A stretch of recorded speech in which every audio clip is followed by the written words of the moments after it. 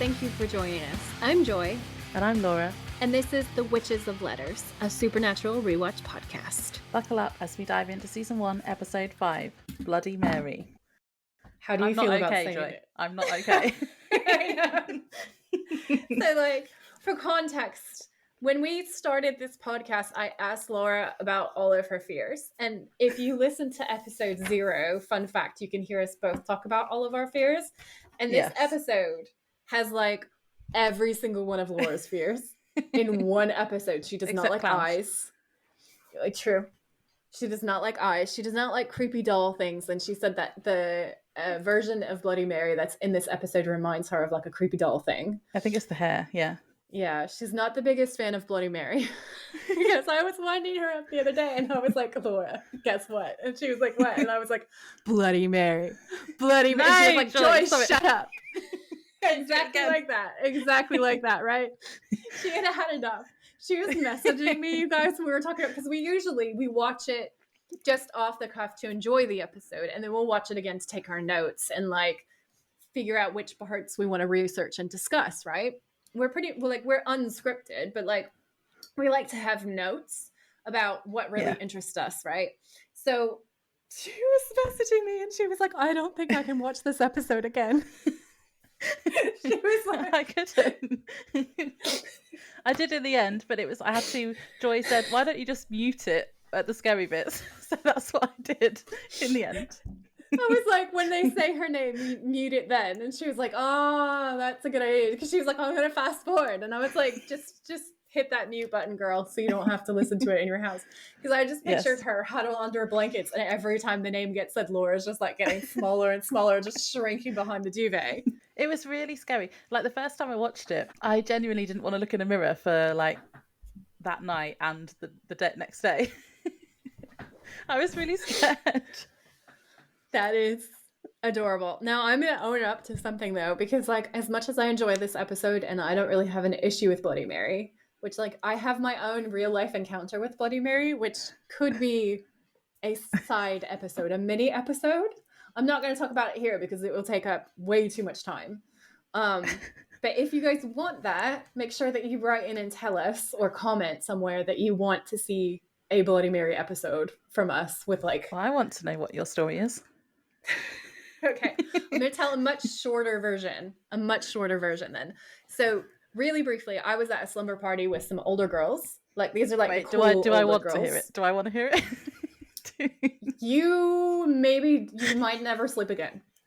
Because we saw things, and we all saw the things that we all saw. You know what I'm saying? And we had just studied the Salem witch trials in school and mass hysteria and stuff. We even were on the count of 3, everyone's going to say exactly what they saw to ensure that there wasn't influence, which I feel I'm so proud of little us, because I was a little scientist and I was I want to make sure. I've always been, I guess, a little bit skeptical. I was I want to know what I know. I know what I saw, but I want to know. And we all said the same thing at the count of 3, that we had all seen the exact same thing. So that terrified me. We did not sleep. We stayed awake with the TV running and all of the lights on, and no one could look in a mirror for so long. So long. And then through time, I came to some really fascinating conclusions about it, which again, I'm not going to get into it because we'll be here forever. We'll be here all day. But I absolutely believe in Bloody Mary. Bloody Mary is 110% real because I have seen her on more than one occasion. I have also hooked up with friends of mine who are psychics and mediums and do paranormal investigations, and I've had them investigate me. And they're yeah, she's attached to you. She's with you forever. No, don't like it. But okay, here's the thing. Again, briefly, and I said this to Laura a minute before, I don't think that Bloody Mary is what people think that she is.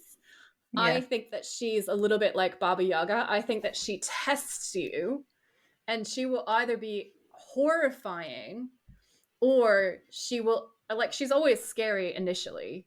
110%, never going to disagree with that. But I think she's working with Baba Yaga or working with the Morrigan. She forces you to face your fears and move beyond them. And I think that she's actually quite empowering once you learn how to face your fear, push past your fear. It reminds me of that Terry Pratchett quote that I love so much, which is one of my favorite quotes in the entire world, which is, a witch should never be afraid to walk into the darkest forest alone, because she should always be sure that the most terrifying thing in the forest is her. Yeah. Right? I love that so much. And I just think that for me personally, one of the things that my spirituality does for me is it helps me feel strong and empowered as a modern woman. Yeah.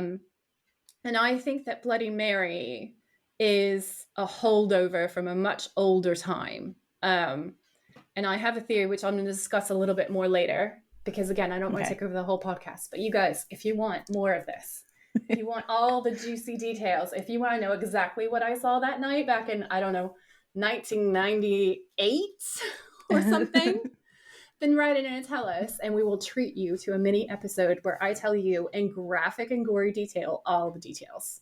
Okay, I think we should do that. I think we should do it too. I hope somebody is like, yes, I want to know. Also, while we're on the topic, we've said in other episodes about sending in your own scary stories. Please do that, because we kind of have some plans for those, so they might get read out on the show. Priscilla, Carly, I'm looking at both of you directly. Like, you can't see me, but I'm staring at them, because Priscilla is the most incredible storyteller. And Carly has had so many weird experiences. Like, bitch, you're my best friend. Come on now. Right in. Pick a story. Tell us about the Devil's Tree or something. Like, come on, girl. Yes, but yeah, we have plans. So send us stories. Okay, I'll do the synopsis, shall I? Yes, please do. Okay, there is a part of me, just for the sake of comedy, there's a part of me that thinks that she's not really going to have episode notes for this episode, and that we are going to completely fly by the seat of our pants because of how scared she was. Okay, and now the synopsis. This is season 1, episode 5, Bloody Mary. The original air date for this episode was October 11th, 2005. A group of young girls are having a sleepover playing Truth or Dare. One gets dared to say Bloody Mary 3 times in the bathroom mirror. She does, but nothing happens at first. Then Mary appears in the mirror for the girl's dad and kills him. Sam and Dean hear about the case and go to the wake to find out more information. They are told the man must have had a stroke, but when they talk to the daughters, the youngest tells them about her dare and that she thinks Mary killed him. Later, one of the oldest daughter's friends is joking around, and she also says Bloody Mary 3 times in the mirror and is killed. At this crime scene, they find clues leading them to believe that Mary is killing people with a secret linked to harming another person. Sam decides to lure Mary out himself and tells Dean that he has his own secret around Jess's death, so he believes it will work. They lure Mary out and manage to defeat her, and we now know Sam's secret too. Yeah!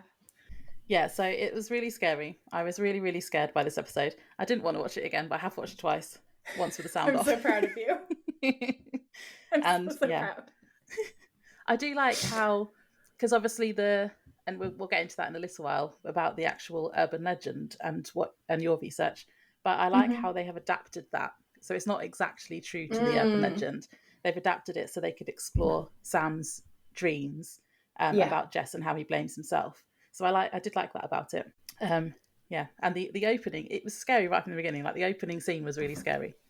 When you first see her in the mirror, and then the window, and then something else reflective, I was like, oh my god, she's really scary.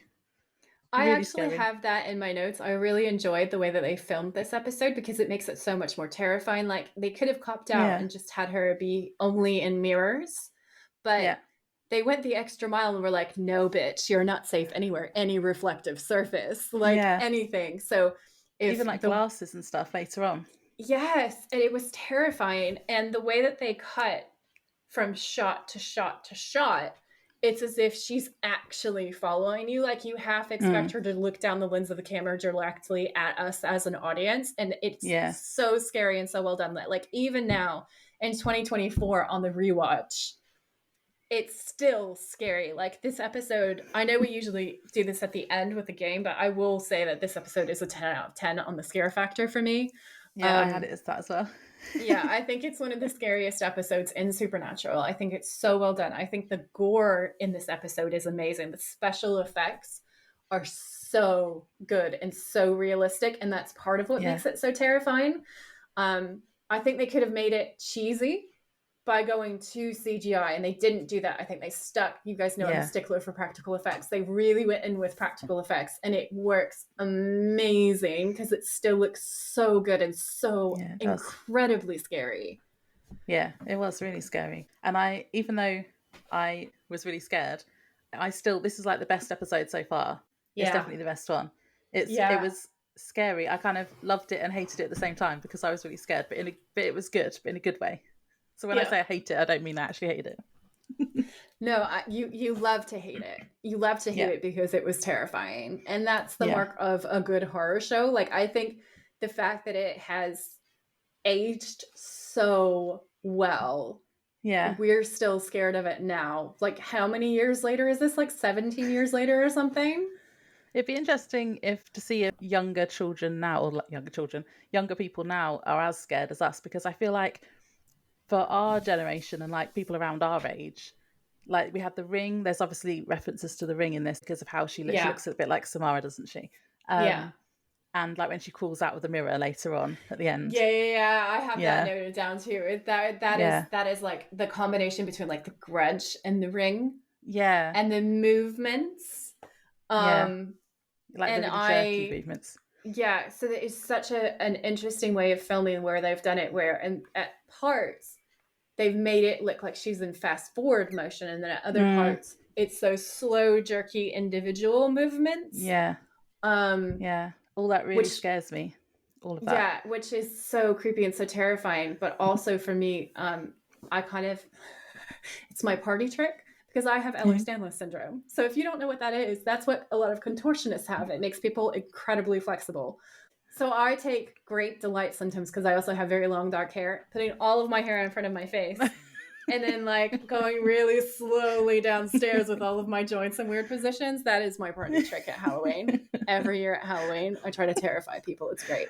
That would be really scary. But yeah, it's all these things were in a lot of films when we were younger, and I feel like that's influenced why it scared me, if that makes sense. Yeah, I think it's one of those things that becomes like a core terror, doesn't it? Like if you see a really solid scary movie when you're younger, I think it does stick with you. From what I've seen in the fandom, I think it's aged pretty well. Like a lot of people who are around our age were parents in their 20s. And so their children were raised on Supernatural as a show and have grown up watching it. And a lot of them go to like fan events and stuff, because I watch when I'm stressed out, I will watch Supernatural fan events because they are hilarious. They're either completely rock and roll, you get like live music, or it's the boys being like super funny or outrageous. Or it's incredibly touching fan interactions or very funny fan interactions. There's no losing. I have never watched one of those events and then be like, oh, I'm so disappointed. No, never. So one of the reasons why I really enjoy the fandom is because now I'm solid, but like maybe a year or two ago, I was suffering with like horrific anxiety, like horrific. Like I couldn't leave the house at all. And I would watch Supernatural fan stuff, or I would watch an episode of Supernatural when I felt like that, and it would always take me completely out of myself, out of my brain, out of my head, and I would have such a good time. And that's just one of the reasons why I love the fandom and the people in it so much. Everyone's so nice. Like if you comment anywhere, people will be so nice to you. I've literally never had a negative experience. I'm looking forward. I feel like I need to watch more episodes first because I don't want spoilers. But I know I can't wait until we get to the end of season 1 and you can watch like the season 1 bloopers and then the season 1 like events and stuff, because you get so much more behind the scenes once you can watch the fan event type stuff, like the convention things. Yeah, they look fun. I think as well that first scene when the girls are all that just took me back to sleepovers when I was at school, because we did used to play like Bloody Mary and all those kinds of sleepover games. I have to ask you a question though. So like, did you ever see anything? What was your experience with it? I don't remember. I remember doing it. I remember playing it. I don't remember if I ever said it. I don't remember if it was just my friends, but I don't know. I think if something has, I've blocked it out. So I don't remember. Right. If Yeah. you guys have a Bloody Mary experience that you can remember, like me, please write in and tell us about it. I know we've already asked, but listen, I'm so curious. I'm so curious. I have a friend who is from Bulgaria originally, and she has a wild Bloody Mary story that is just like absolutely brilliant. So I collect them. It's a piece of folklore that I'm infinitely fascinated by, and it would be like a personal favor to me if you guys could share stories. I would love it. Yeah. So the actual so they're playing the game, and the actual urban legend is that if you say her name 3 times in the mirror, she will come out of the mirror. Was it originally that she comes out of the mirror and scratches your eyes out or something? Yeah, so there's different variations, but in this show, it's for sure they say scratch out your eyes. Yeah, I can't remember what I knew as when I was little. I can't remember what was the one I'd heard when I was little.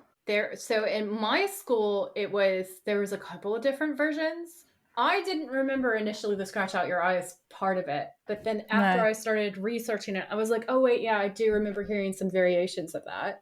At our school, it was like that you'll just be found dead, that like your parents will just find you dead, that you see I think her that's and what then I she heard. Yeah. scares you to death.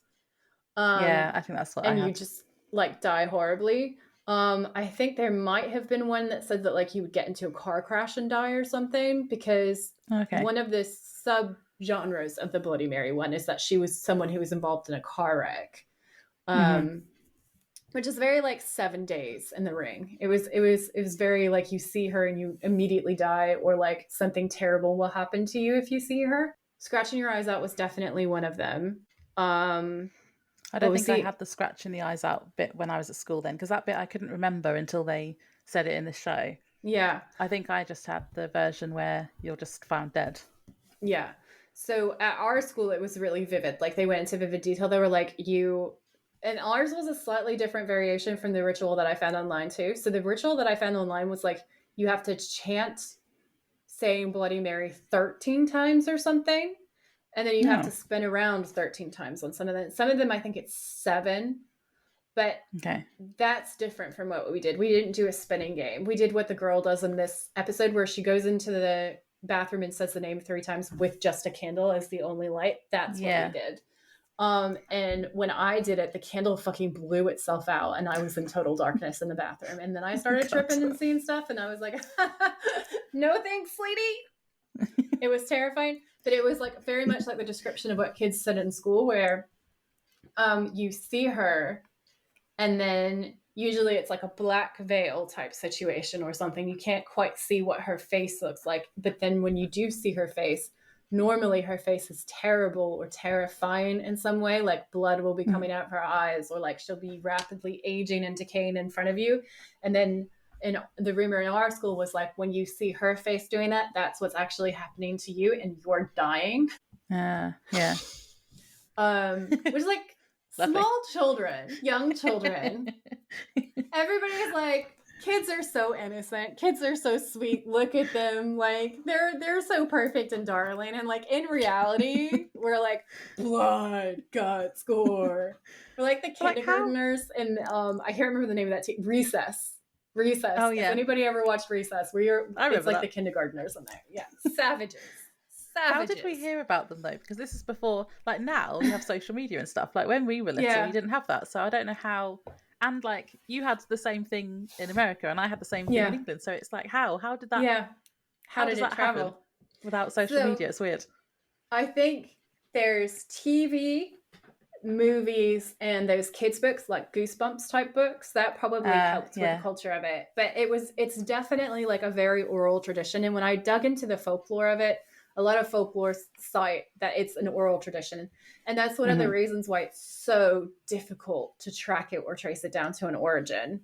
So in my research, they basically say that the first recorded instance that they found dates back to girls playing it at slumber parties in the 70s in the US. So that's the only, like, in terms of like the earliest written documentation that we can find. We have the 70s and the US. And like in the 70s in the US, you have a lot of like psychic phenomenon interest. You have the beginnings of satanic panic, which is going to hit us in the 80s and stuff. Like you have people truly, genuinely being interested in the occult.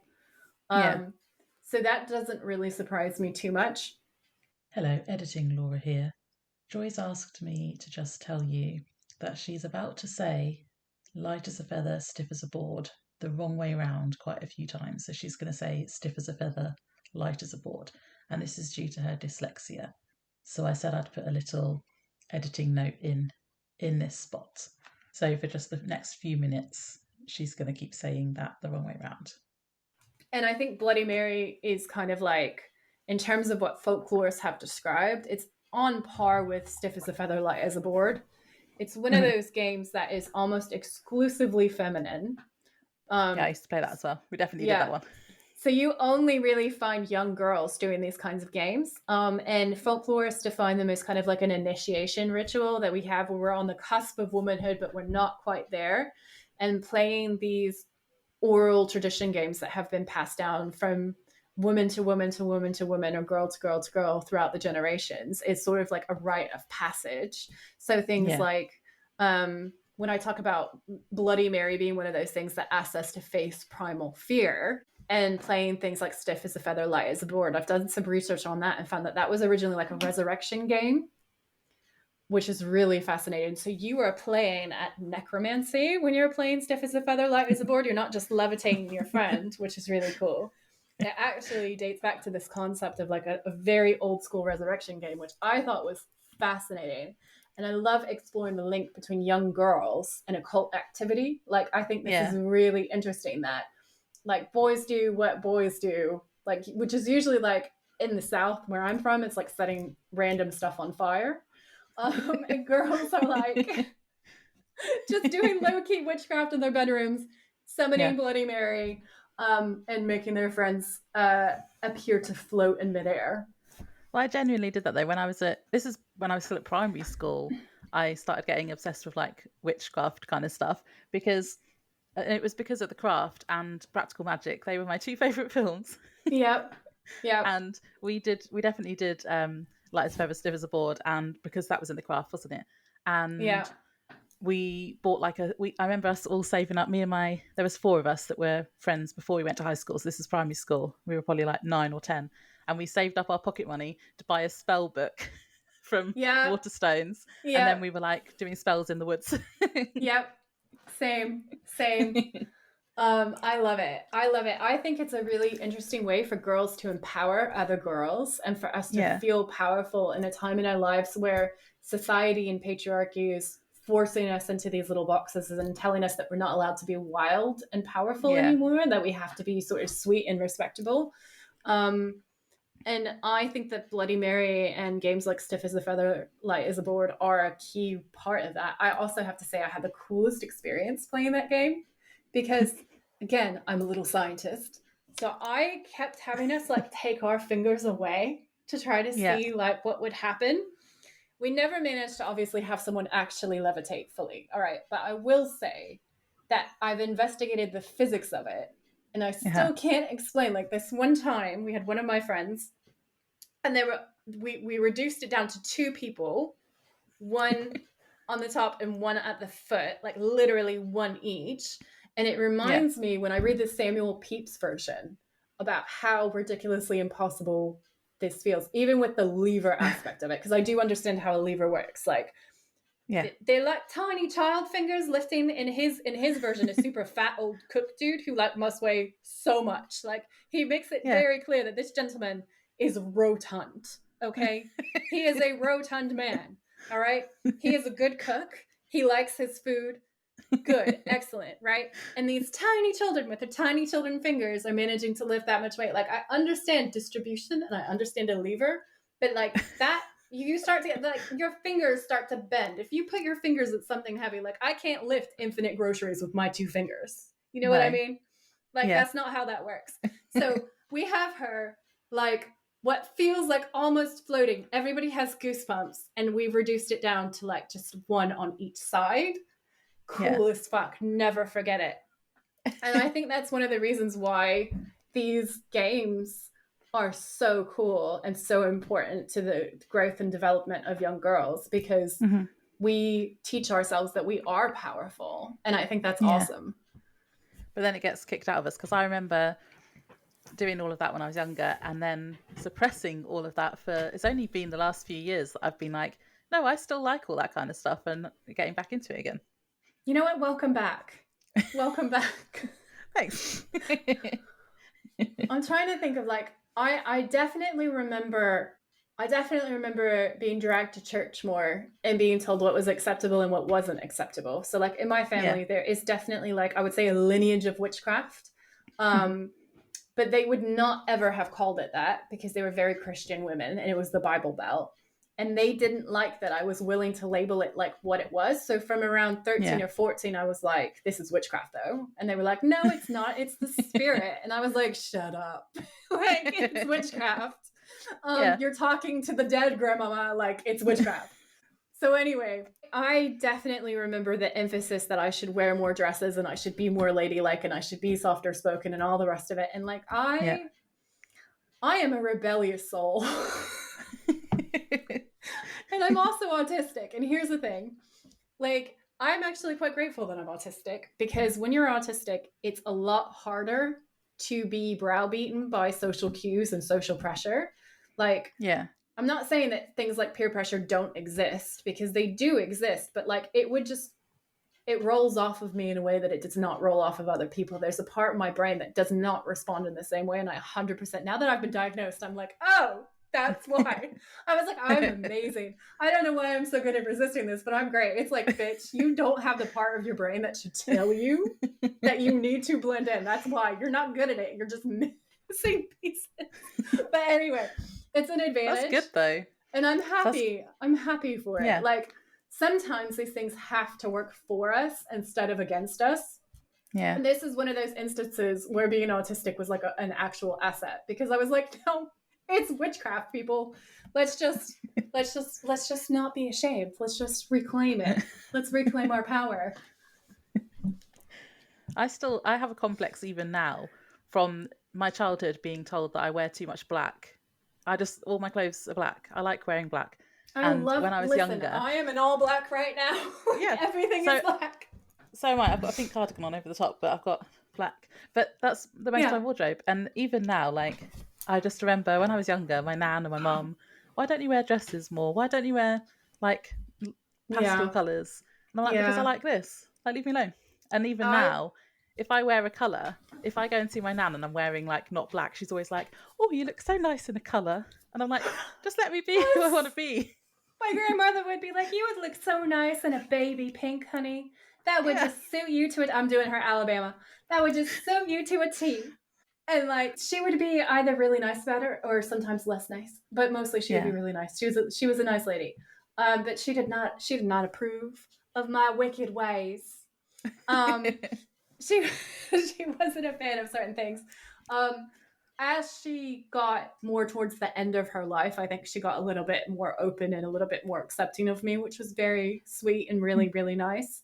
And she even hung a little Yule ornament on the Christmas tree for me one year. And I was just like, oh, you get it. Nice. It's all the same thing. It's all the same thing. But yeah, I think it's fascinating that young girls, usually there's a period where we're allowed to be wild and we're allowed to be interested in male-coded things. Like I can remember it was acceptable when I was 9 for me to want to play with swords. And then as I got older, people started to think that it was weird that I still wanted to do more male-coded stuff. And then eventually they were like, oh, she's such a tomboy. And then it became less acceptable. And I think it's really interesting the way that, and unfortunate actually, and I'm really glad that society is sort of in some places growing and exploring, not categorizing ourselves into these really rigid boxes and these really rigid roles. Because I think it hurts both of us. Like, I don't think it's just women. Well, obviously there's more than just women and men. We also have our beautiful non-binary babes. But like, I also think that people who still adhere to the gender roles that they were assigned, right? I think it hurts us too, because I think there are men who are like incredible bakers or dressmakers or, you know, all these other skills that they will never explore, passions that they'll never dive into because they're being told that they're not allowed to. And I just think that's really messed up. Yeah. And I think it is more the other way, actually, when kids are younger. Like, if a girl is interested in something that's considered like a boy's thing, that's a bit more acceptable than the other way Yes. around. Like if a boy is in dolls or something, everyone loses their shit. It's They like, do. get over it. They it's a doll. do. And also, why is it acceptable at Halloween? Like, why does Yeah. it have to be on a traditional day? If it's a traditional day like Halloween, I have known army boys to turn up in high heels, full drag, and sit on their mate's lap and give them a lap dance, and it's fine. Any other day, Yeah. though, and it's just like, what's going on? What's going on there, lads? You know what I mean? Like, it's just, Yeah. it's bizarre to me that it's like for 24 hours, the world can accept that you can wear what you want to wear and do what you want to do. And it may or may not be impactful to you, right? And it's beautiful either way. If it's not impactful and it doesn't change your life, that's fine. And if it is really impactful and it changes your life, that's fucking fantastic. But like, it's not always that serious. It's really just not always that serious. No, it isn't. So we have the girls at the sleepover. We have them playing Bloody Mary. We have them saying she'll scratch your eyes out. And then we have this bitch. This bitch's friends, okay? Banging on the door. Which, can I say, is exactly what my friends did to me. So did like, we. I remember doing that. Banging on the door and screaming. And she's like, oh my God, what the hell? And then I know that we see Bloody Mary at this point because I have a note here that just says, she's hot. Like, you can't even see her. She's like you can't quite see her face at this point, but I was like, listen, that's a sexy demon lady. So I did also look up the actress because you can see her face towards the end. I was like, God damn. And I can confirm that she is in fact really hot. Like Bloody Mary is sexy, and I am not going to take that back. I make no apology. Oh dear. I also said that your first thirst trap. Yeah, it's my first thirst trap. She's hot. Hot or not villain, hot. Yes. She's a beauty queen. You know what I'm saying? She's a beauty queen, okay? And I feel like in the afterlife, she has maintained that. Like, she is gorgeous. Anyway, we digress massively. So I said I love her stalking him in the mirror. So when you see the dad, like, we don't know that he's a murdering son of a bitch yet. We don't know that yet. No. And she's stalking him. And when you do know that, because I had forgotten this part. So on the rewatch, I was like, yes, take him down. The way that she's moving from mirror to mirror, reflective surface to reflective surface is so fucking cool. Like, that was really scary. Is coming for him, and it's fantastic. I love the creepy veins popping on his face. Yeah. And the absolute puddle of blood. Okay. So the older daughter comes home and is like innocently looking for her. This poor child is traumatized. All right. Because also her mom died. So like he killed her mom. She thinks it's a sleeping pill overdose. We don't know who found that woman. This kid is dark. And I feel like maybe this is why. And then she finds this like horrific puddle of blood and her dad's there dead. And there's no slowing down in this episode because then we immediately go into Sam's nightmare. Yeah. Which was blue, Joy, so it was nighttime. I was going to say it was blue. Okay, guys, why for no reason have we gone from fire to it's very important that you know that this fire is blue? It's blue. It must be at night because it's blue. And a dream. It's night and a dream. Yeah. It's nighttime in the dream. And for context, we'll make everything blue. So he has, and she says in the dream, Jess says, why Dean? Why Sam, doesn't she? Somebody's got to add that to our counter, our Gilmore Girls counter. But yeah, she says, why Sam? And then he wakes up. Yeah.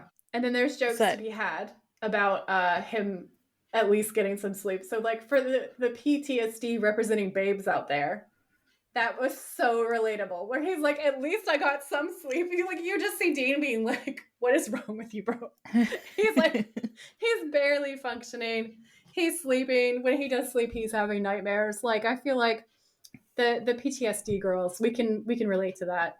I was watching this with a friend of mine and we were joking back and forth and I was like, this character is literally you right now. Like, this is literally, she had just told me about the night of sleep that she did not have and the dreams that she'd had. And I was like, oh, you're Sam right now. And she was like, holy shit, I am Sam. Right, so they the next scene they're going to is it a morgue or a medical office somewhere? Yeah, wherever it's like the a dead morgue. body is. Yeah. And then they have to bribe the guy. I thought that was quite funny, the bribing part. He's so mad. He was like, because Sam bribes the guy, and Dean's looking over his shoulder suspiciously the whole time, and he looks so mad. He's putting more and more cash down, right? He's reading the guy's expression. He's putting more. He puts a lot of cash down, and Dean looks furious. And he's like, come on. And Dean's like, I earned that money. And he's like, you got it playing poker. And he's like, yeah. He's so mad. It's so funny. That was but funny. Also, doesn't he say that he's there because of Dr. Freaky Little Bitch? I missed that. He says it all together. I checked with my friend that I was watching the episode with. I was like, did he just say Dr. Freaky Little Bitch? And she's like, yeah, he absolutely I missed did. that twice. Yeah. It just sounds like he runs all the words together. He's like, we're here writing a paper, and it's we need to, our supervisor, Dr. Freaky Little Bitch. I'm gonna have to watch this again because I missed that completely. I swear that's what he says. I swear that's what it sounds like exactly like what he said. I liked the bit where, so just before Sam bribes him, Dean like turns away and he's like, I swear I'm gonna hit him in the face or something. Yeah. Oh my god, it's so funny. I love it. Dean has no tolerance for assholes. Like, he has no tolerance for people who are not good at hunting monsters, and he has no tolerance at all for jerks, and I love it. I love that about him. Yeah. But then they go and see the body of this guy, and who is this guy? The guy that's showing them around, because he's like a mortuary assistant. Okay. So he tells them about what they found, and like that they say his eyes were completely liquefied, and I was like, ew, that's rank. Laura is not a fan of eyes, so this whole episode, I imagine, was very difficult for her. And like, also the gore, they show you the body. Yeah. They show you the gore. They show you his complete lack of eyeballs, and it's just like these bloody sockets that are like oozy. Like, they look like they're going to start bleeding again at any second. It reminds me a lot of the gore in Sleepy Hollow, actually. Like the movie, not the TV series, which I also love, but the movie where Johnny Depp starts cutting into things and all the rest. It's very gory. This episode is definitely reminiscent of that. Like, it's so realistic looking. Even I don't have an eye issue. I was looking at that corpse and I was like, ugh. Yes, it was disgusting. So they then go to the wake, don't they? Or they go to the house and there's a wake happening for Dad. Yeah. And they go to speak to the daughters. So the oldest daughter is called Donna. She's the one who found the dad. And then there's two of her friends who are Jill and Charlie. Yeah. Jill was totally just staring at the boys. She was she was just staring at them. Well, later on, she's like, don't you think that they were cute? And it's like, yes, of course. They're beautiful. Like, I don't remember what podcast it was, but somebody sent me a clip of Sam and Dean and these women talk, and they were like, are these people real? Is this AI generated? That was me. I sent that to you. Yeah, I thought it might have been you, but I didn't want to say it in case I was remembering wrong. And they're like, are they real? Are they AI generated? And she's like, no, that's their real faces. That's how they actually look in real life. And I was just like, listen, that's an understandable mistake. That's an understandable mistake to make. Look at them. That was a clip from one of my favourite podcasts, Sinisterhood. There we go. So now we know. Were looking at them. And then, so the other daughter is called Lily, the youngest one, and she then starts telling them what actually happened. She tells them about her sleepover and that she thinks that Mary then was the one that killed him. And the other daughter's just kind of like, no, it was a stroke. She's very dismissive. Yeah, I think she maybe just is like, we have an explanation, we're just going to go with that. Yeah. She wants it over and done with. Like, she's done with the situation. Before we move forward, I feel like it's very important to document that this episode is the episode where Sam and Dean are the characters that they're going to be for the rest of the show. Like, you see both of them being nice and kind and reassuring and also kind of sarcastic sometimes, but like, you actually see them be themselves in this episode. This is the first one where it's gelled and they are who they are. Okay, that's good. So like they're so nice and kind and reassuring to the little girl where they're like, no, it's not your fault, sweetheart, you did not do this. Like, did he say the words? And then they're like, no. And then both Sam and Dean are like, you didn't do this. And Dean makes, I wrote down, Dean's reassuring duck face. Honestly, he makes this face where he like looks at her and he's like, I swear to God, I'm gonna take a clip and I'm gonna post it on the podcast page so you can see it. Literally, he makes a reassuring duck face at this child, and it is deeply endearing. Okay, let it be known. Let it be known. Now you can move on. Okay, so they kind of make their way up to the bathroom to go and have a nose around to see what actually happened, and they're discussing the legend then, aren't they? They're sort of they're talking about it, and I like how Dean kind of tilts the mirror towards Sam and then he closes it because he doesn't want to look in the mirror. I mean, it was funny. You were like, can relate, hard relate. Yeah, he's like, he believes because he's closed it. He went, no. But they talk about how it's different to the legend because in the legend it's the person who says it who dies, and this was someone different. So they're like, what's going on there? Yeah. And then Charlie, the oldest daughter's friend, comes up and she's calling them out on their bullshit. She's like, what are you doing up here? And I liked her. I think she's cool because she was looking out for her friend. Listen, so I like her. Strong female characters. Yeah. So good to see in a horror show. I know we say it every episode, but I'm going to keep saying it probably every episode. So good to see.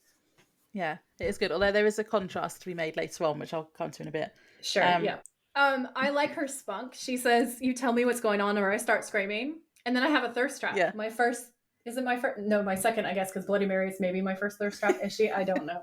Anyway, so he says, I'm your resident unhinged bisexual this episode, people. Dean turns around and looks at her and says, if you're going to scream, go ahead. And I was like, oh my God.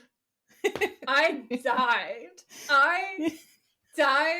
Again, I'm going to have to see if I can find that particular clip so that the people can appreciate it with me. Because that is a fine vintage of hotness. Yes. I don't know if I've missed a bit here. The next point I've got is about Charlie on the phone to Jill in the car. Is that the next bit you've got? Yeah, I mean, they would go over the show lore, which is that, like, it seems to be anyone dying in front of a mirror is something that becomes something that they're discussing. I can't remember if this is the part where they say that, like, in a lot of different cultures, if somebody dies in the house, you cover the mirror so that the soul doesn't get trapped, and, like, maybe there's a trapped soul situation happening. Yeah. Because that's actually accurate folklore. Like, that is true. There are a lot of cultures where if someone passes in the house, you cover the mirrors to avoid them accidentally getting stuck in the mirror. So that is true. I can verify that as the show's, like, resident folklore interested witch. I think they might have talked about that a little bit later on because I'm sure I've got something written down about the mirrors. But so Charlie's in the car driving home, I guess, and she's calling Jill and she's like, whoever those guys were, they were cute. And then this is where I had a point about the contrast. So I thought it was really interesting how there's a big difference between those two as a female character, because Charlie's like the cool and smart. Yeah. And Jill, it's almost like a stereotypical girl from a horror film from that sort of period. So like 90s, 2000s. Because she's hot and blonde and dumb and gets herself killed and she's in her underwear. Facts. Dropping straight facts. I feel like I really like that they're both present because I like that you see the stereotype play itself off against, like, a more realistic, like, tough girl. And I kind of love the contrast. I love what you're saying because I was so focused on the fact that Jill was me in that scene, winding you up, where she's like, I wrote the quote down. She's like, oh no, I can't help myself. I'm going to say it. And then she goes, Bloody Mary. Bloody Mary. I'm not going to do it. Don't do it, Laura will kill me. Laura will kill me. But I did do it the other day. And she was like, fuck you. It was funny. That might be in the last episode because I don't know if I've cut it or not yet. Yeah. If it's there and you guys have heard it, you're welcome. I'll probably leave it in. If it's missing, Also, you're welcome for this humor that I'm giving you now. I don't know what to say about that. But and then Jill screams like she's being murdered, and Charlie's like, "Oh my Yeah. god, oh my god, oh my god," and Jill's like, "Psych." That was really mean. That was mean, but it reminded me of me with all of my supernatural shenanigans, and then the cards telling me that I was the problem and that I should think about others. And I was like, "I'm Jill. I'm the problem. I am Jill. Jill is me." I would like to point out as well, though, that it was dangerous that she did that when her friend was driving. And also, isn't it weird seeing people on the phone in the car now? Yeah, it is. It is.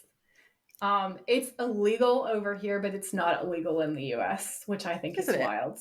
No. Is it not illegal? It's not illegal. Like, different states have different rules, because I actually looked it up, because there's all these TikTokers on their phones driving. Really? Recording. Oh, I didn't even know that. And I was like, surely that's illegal, and you're busting yourself because you're posting it to the internet and everybody's going to know, and you could get in trouble. Why would you do that? And then I looked it up, and fun fact, no, it's not actually. But over here, studies were like, it's as bad as drunk driving, so you're not allowed to do it, and it's against the law. If you're on your phone here, you'll get pulled over. So I would say to you guys, if you do call people and drive, just don't do it. Just don't do it. No. Because it reduces your awareness so much, and it's so risky. I'm not going to tell you how to live your life, but I'm going to suggest kindly, like a big sister, that you just don't do it. Just don't do it. I didn't realize that wasn't illegal in the States, because you're actually allowed to hold your phone up to your ear and be on the phone. I think you're supposed to have it on like your car speakers or something. Oh, okay. So like hands-free. Yeah, but I don't know if there's an actual law in certain states about being on your ear on your phone. Okay. I think it's frowned upon, but I'm not sure that it's illegal. Okay. Well, anyway, I thought it was mean because she was driving. She could have crashed. It was mean. She was driving. She could have killed her friend. Like, her friend could have like jerked the wheel and gone off into the wrong lane of traffic. But I mean, she does get her instant karma because she does die. Yeah, she does die. I guess. I feel like you're taking a weird amount of enjoyment in Jill's death. This is like all of her anger at me. She's like, die. No, I'm not happy that she died. I'm just saying. But she does then die.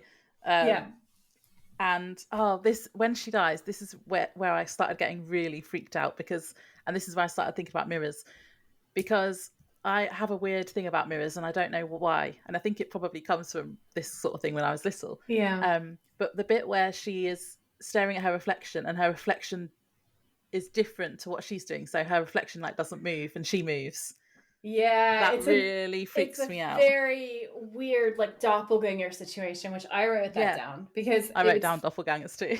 Yeah, it's the slow pan, and then you see Mary in the mirror, and then the reflection of the doppelganger starts bleeding from the eyes, and then she says, "You did it. You killed that boy." And there's this reverb effect that they're using on the voice of the evil doppelgangers to make it even more freaky. It's not so obvious, so it's actually scarier. It's just a very subtle, it's a lower tone, and there's a little bit of reverb in it, and it sounds super fucking freaky.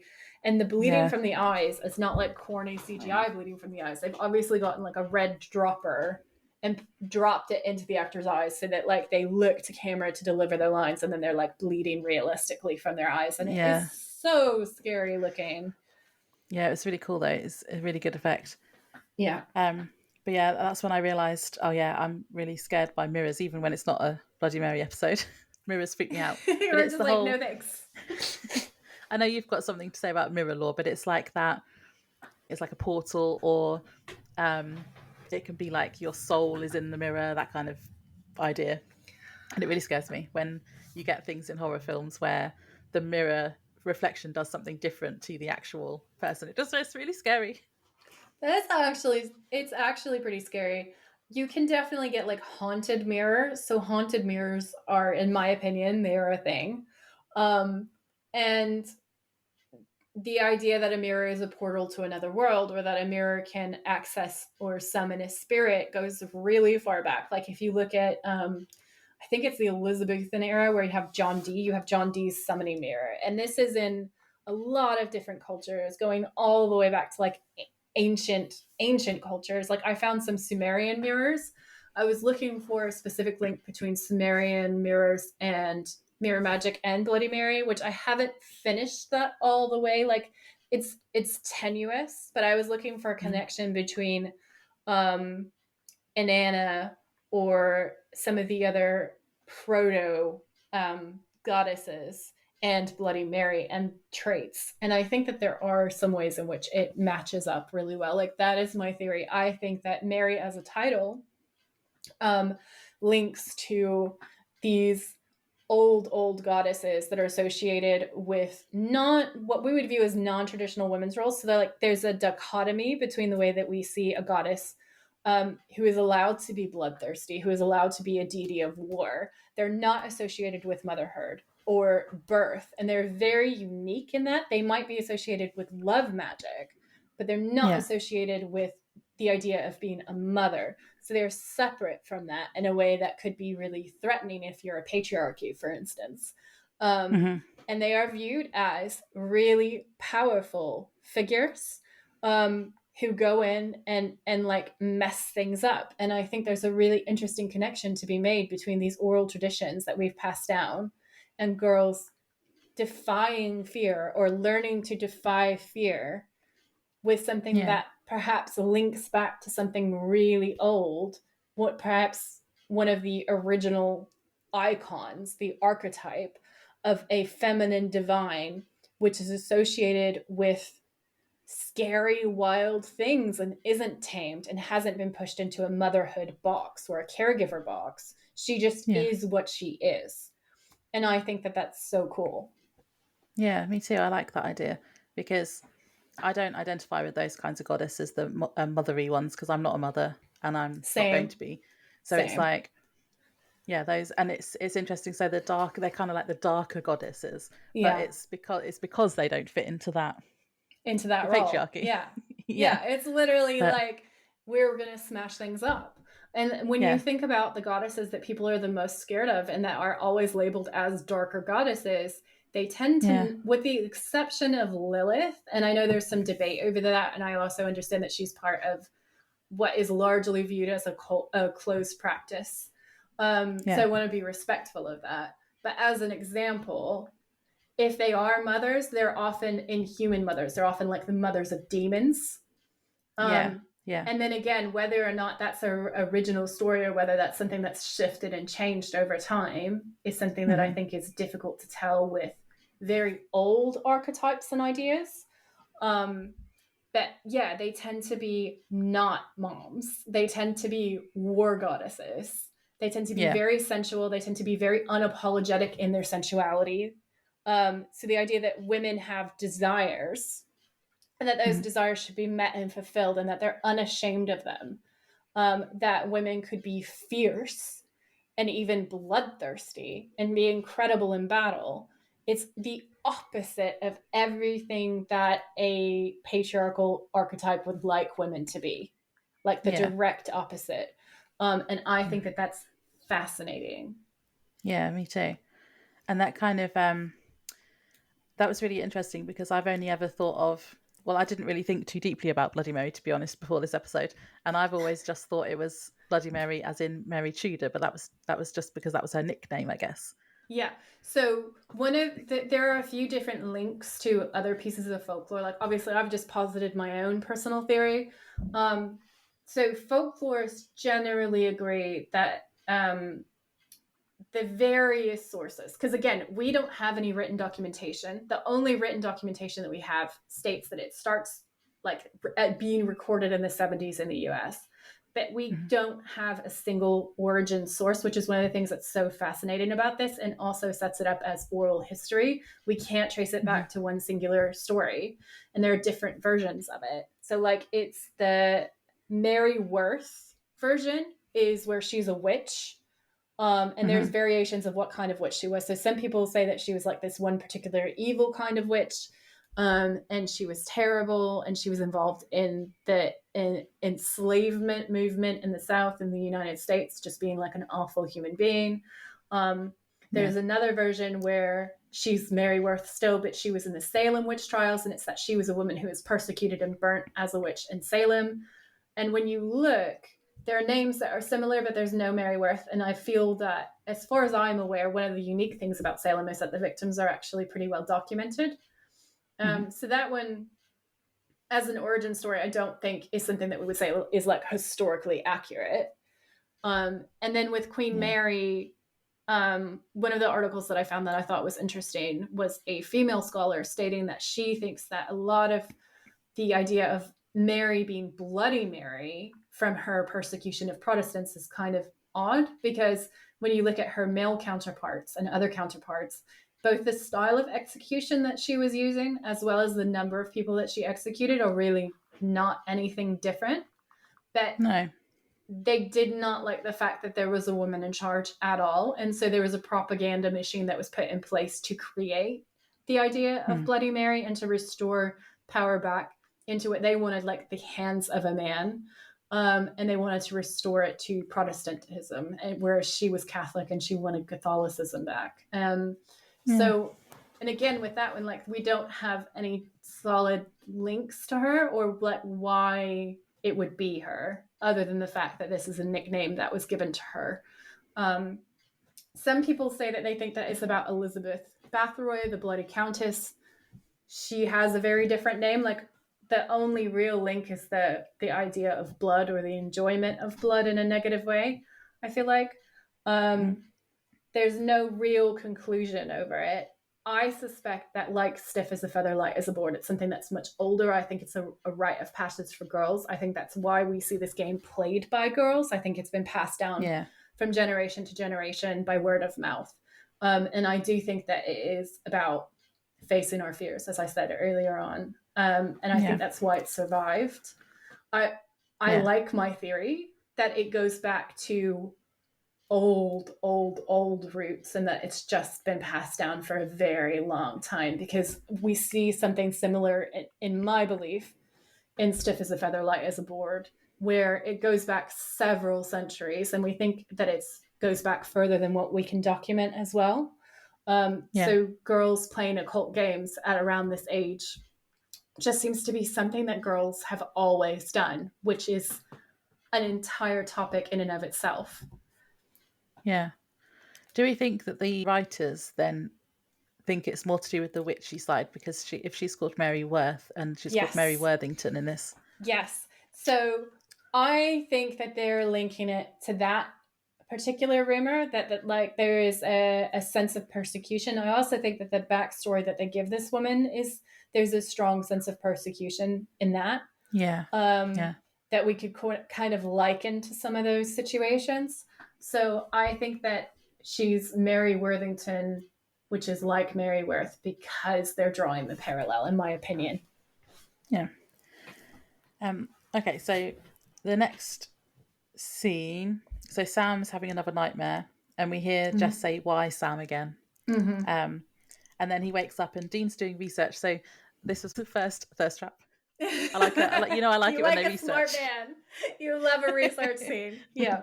So I like it when he's doing research, and he says he's been looking for strange deaths in the area, and he says there's a Laura and a Catherine who committed suicide in front of a mirror, and I was like, oh no, not a Laura.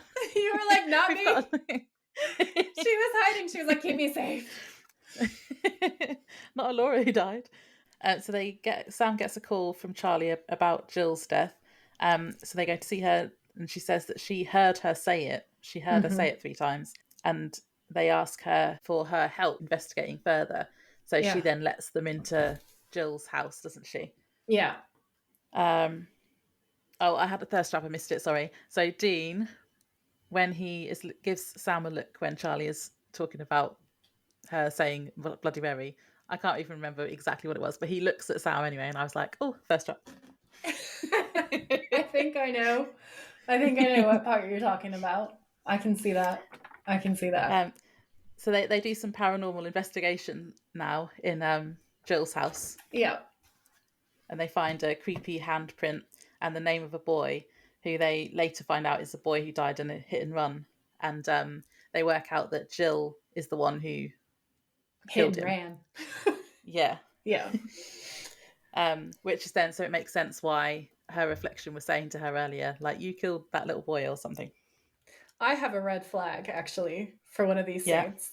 It's a joke that, like, on the surface, when you don't think about it, you sort of knee jerk laugh at it, because Dean turns around and he like pouts at the night vision camera and says, "Do I look like Paris Hilton?" Oh yeah. And I was like, that's really inappropriate. This is my first red flag. So this is a year after the tape is released. It was a revenge porn tape. She sued and got something like $400,000. So we can tell that, like, it was not done with her permission, or she wouldn't have got damages like that, in my opinion. No. She was only 18 years old and he was 36.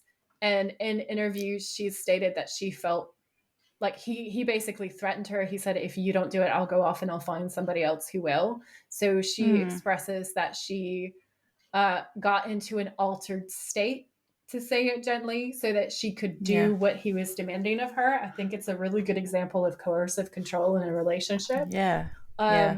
And that's a red flag, because that joke should not really be a joke. That's not right, in my opinion. No.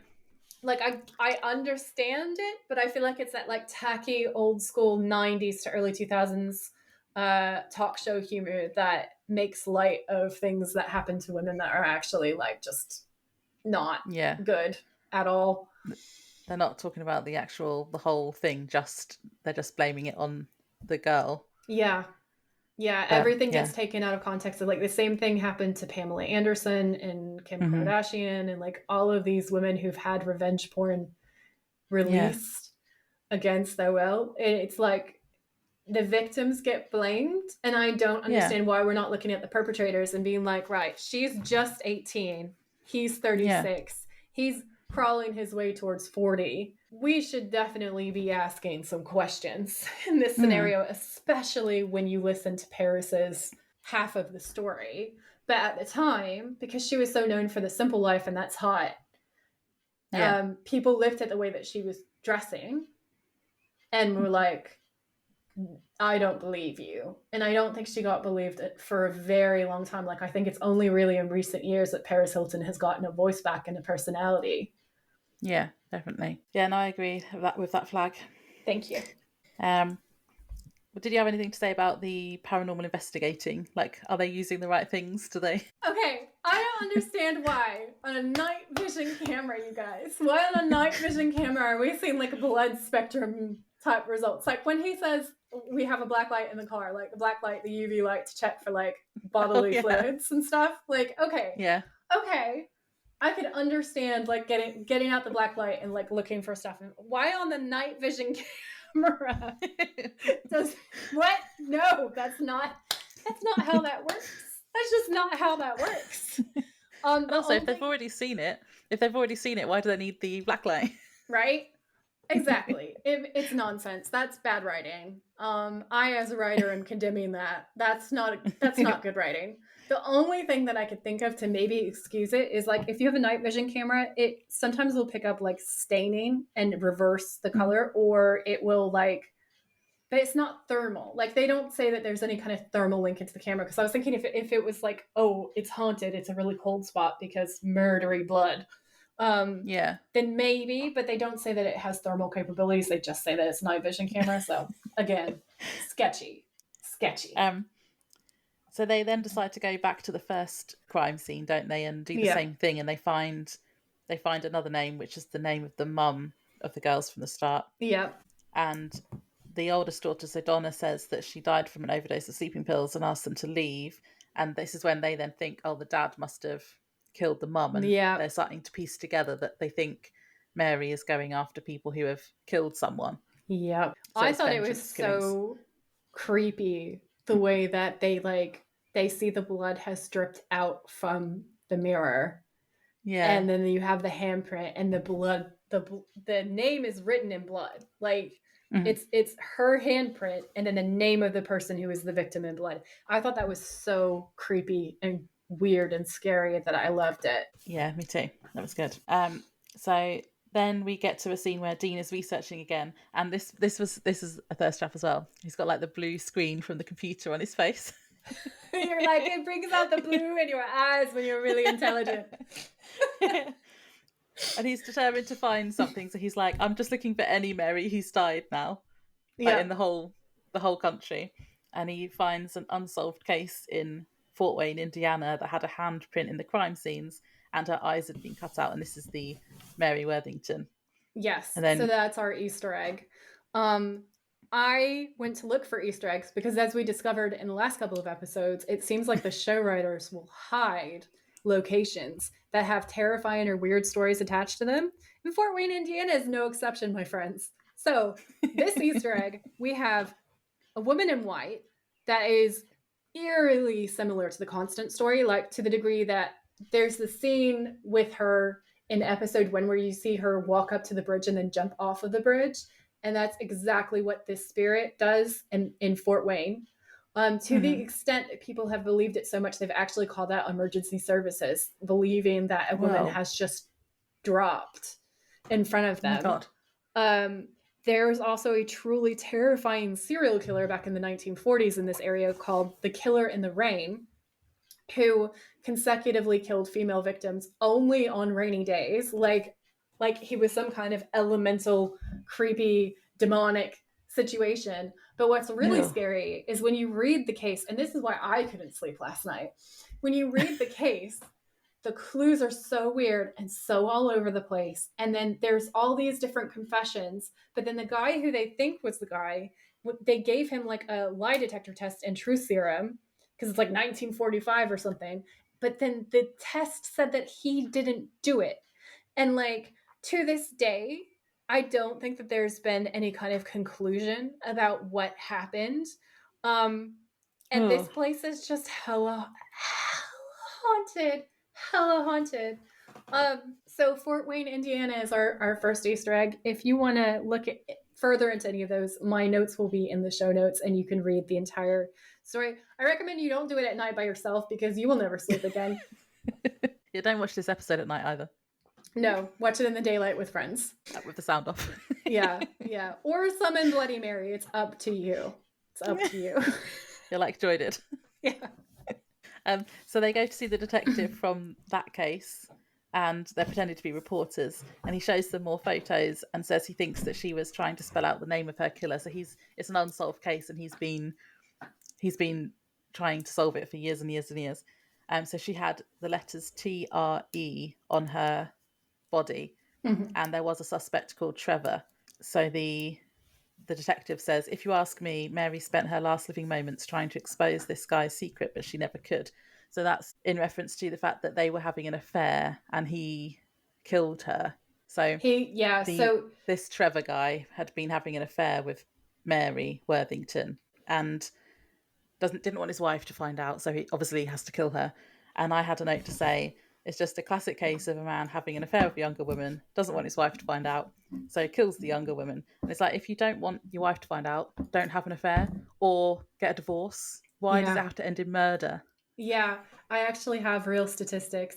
Pink horror statistics, you guys. This is our weekly pink horror dose for you.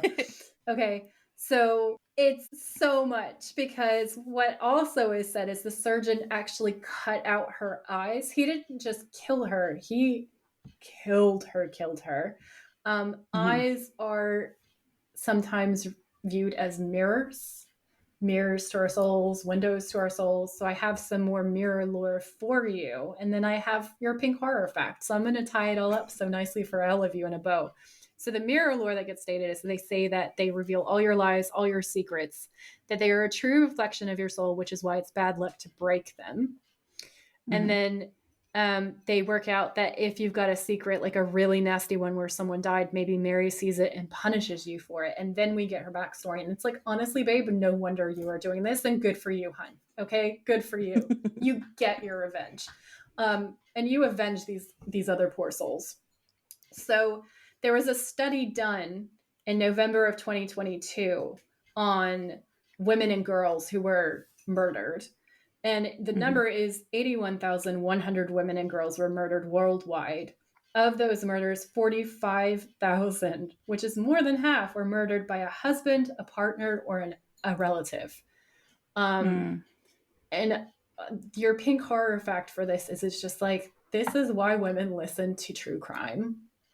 Yeah. They're trying to be prepared so that they can live. Okay? We're just trying to stay alive out here. And then I thought to myself, I was like, how many stories do I know from within my friendship group that have violence or danger or some form of like terrible abuse or coercive control? And I'm like, well, in my life, I know of 14 separate instances.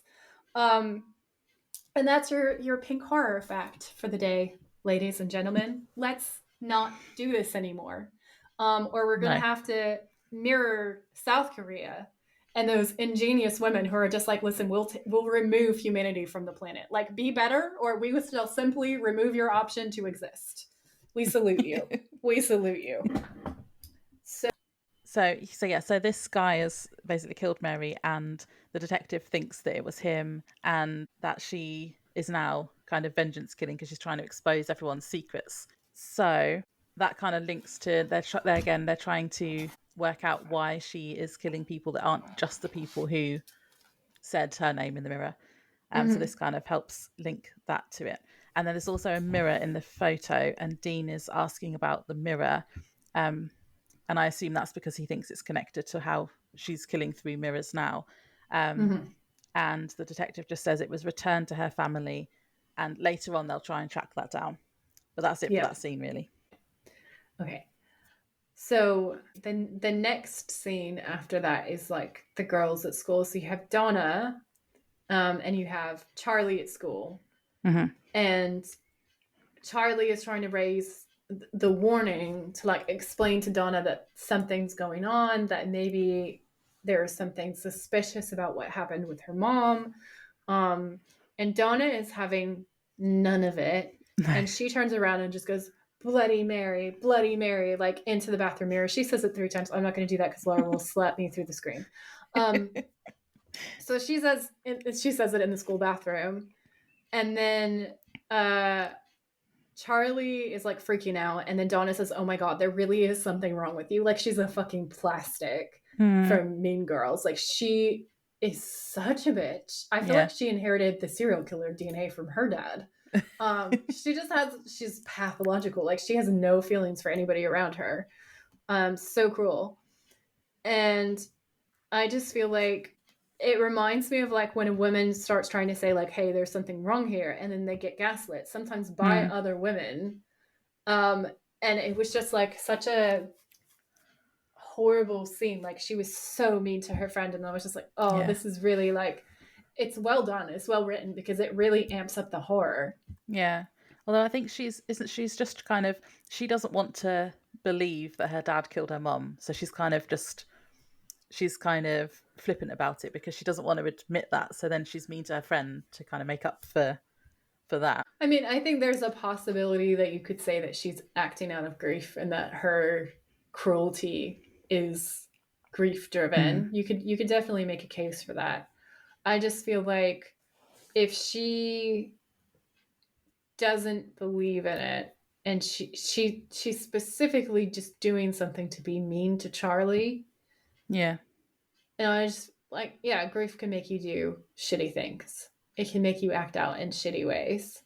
So I think that your point still stands. I just feel so bad for Charlie in this scene. I have so much sympathy. Well. It's so like, it's so dark, and it just makes the next scenes even more awful, because Bloody Mary then starts targeting Charlie, and you can see her appearing as she's walking to go to class, like every single surface we start to see Bloody Mary. So she walks past this like glass case, and you see Bloody Mary is there, and then she walks past another sort of like, I think it's like a reflection of the glass on a door or something, and you see Bloody Mary there.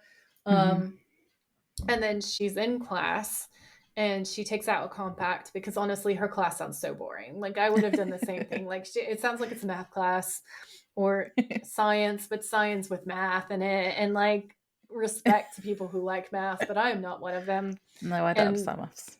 No. She looks in her compact and then she sees Bloody Mary in her compact and she's screaming.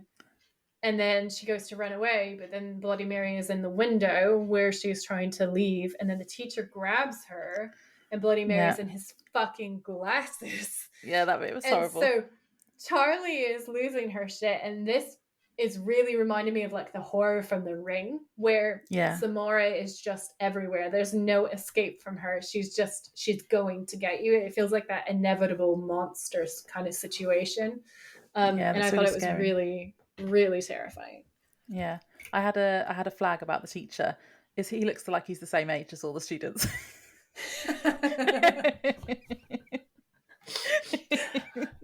So is that an error in judgment, or is he like me and simply doesn't age on the outside? Maybe, but yeah, he looked the same age as them. Yeah, but that whole scene was really scary, and that not being able to get away from her, that was a good point. It was creepy as fuck. The music was scary. There was some good, terrifying music stings. Yeah. And it's just like the whole thing is so well done. It is so fucking scary. Like, I think that sequence. There's a really great gore in this episode, like I said before, but I think that sequence is one of the scariest sequences in season 1.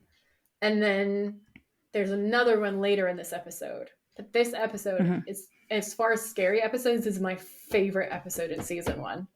Yeah. And I think I'm going to stick to that. I had a scarier bit later on, what I thought was scarier, but it will be interesting to see. It's probably the same bit that you're thinking of. Yeah. So then we cut to the brothers in the car. Sam is on a call to Mary's brother. So they've been tracking down this mirror. And the Mary who died, the original Mary, her brother is on the phone and tells Sam that the family have had the mirror all this time up until a week ago. And they sold it to an antique store in the town where they are now, where all the killings are happening now. So that's why. In Toledo. Yeah. Which I have to bring up. Because I was like, you know what I said about location Easter eggs, people? Okay, I looked up Toledo. And I found there are so many scary, haunting women. Like, where like women's spirits are doing the most in Toledo. But also, this is the only time where I have ever given up reading a source to the end, because someone compiled this absolutely brilliant list of all these different haunted, scary places, like with the incidences recorded and listed next to each one. And it was pages and pages and pages. So like, I don't know what's going on in Toledo.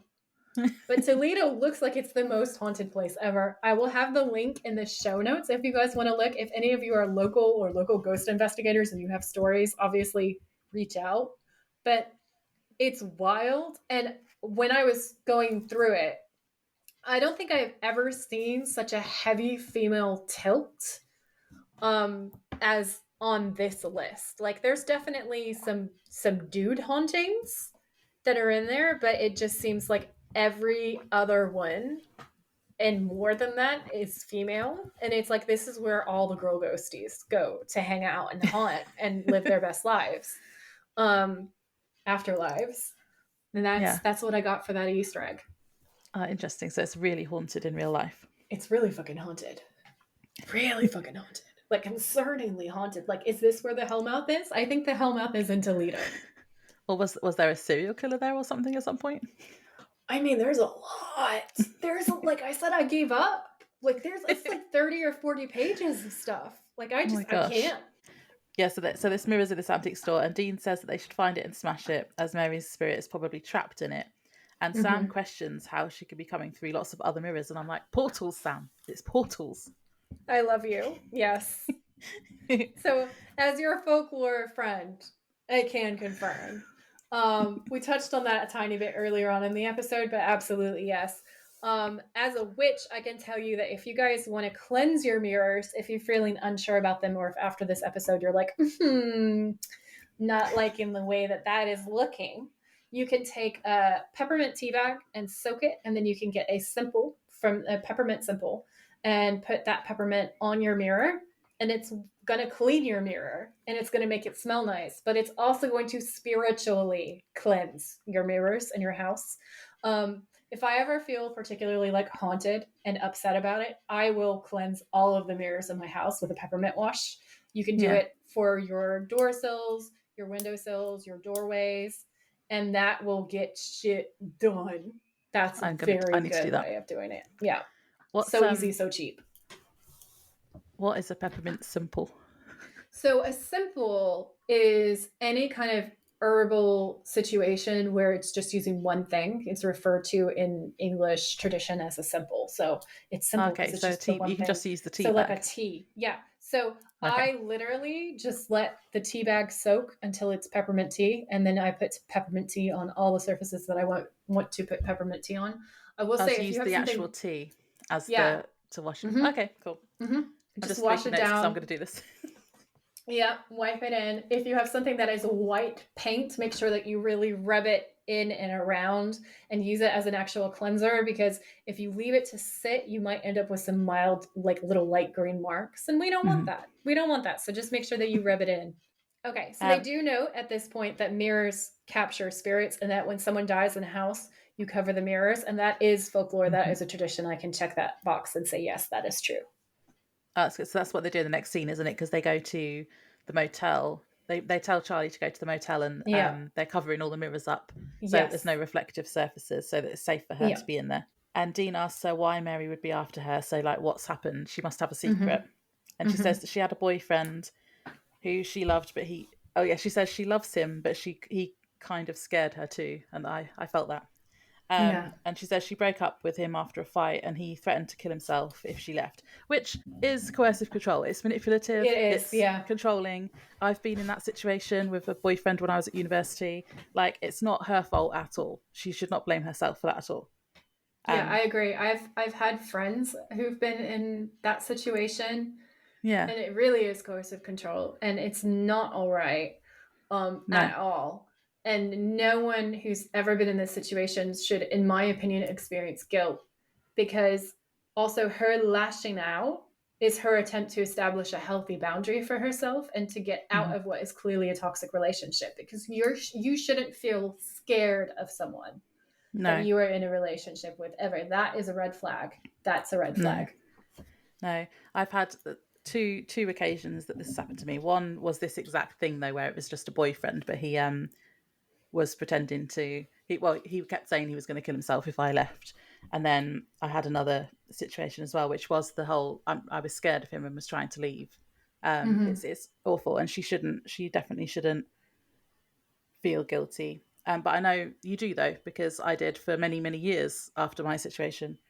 But the girl sorry, you go. I just wanted to interject. I think that it's human and normal and beautiful, and it shows that you have a working heart when you can still sympathize and feel for someone who has behaved in really unalright ways. But I think it's also nice to share a story like that, because it helps other people who've been through that to feel less alone and to know that they're okay and that it's not their fault.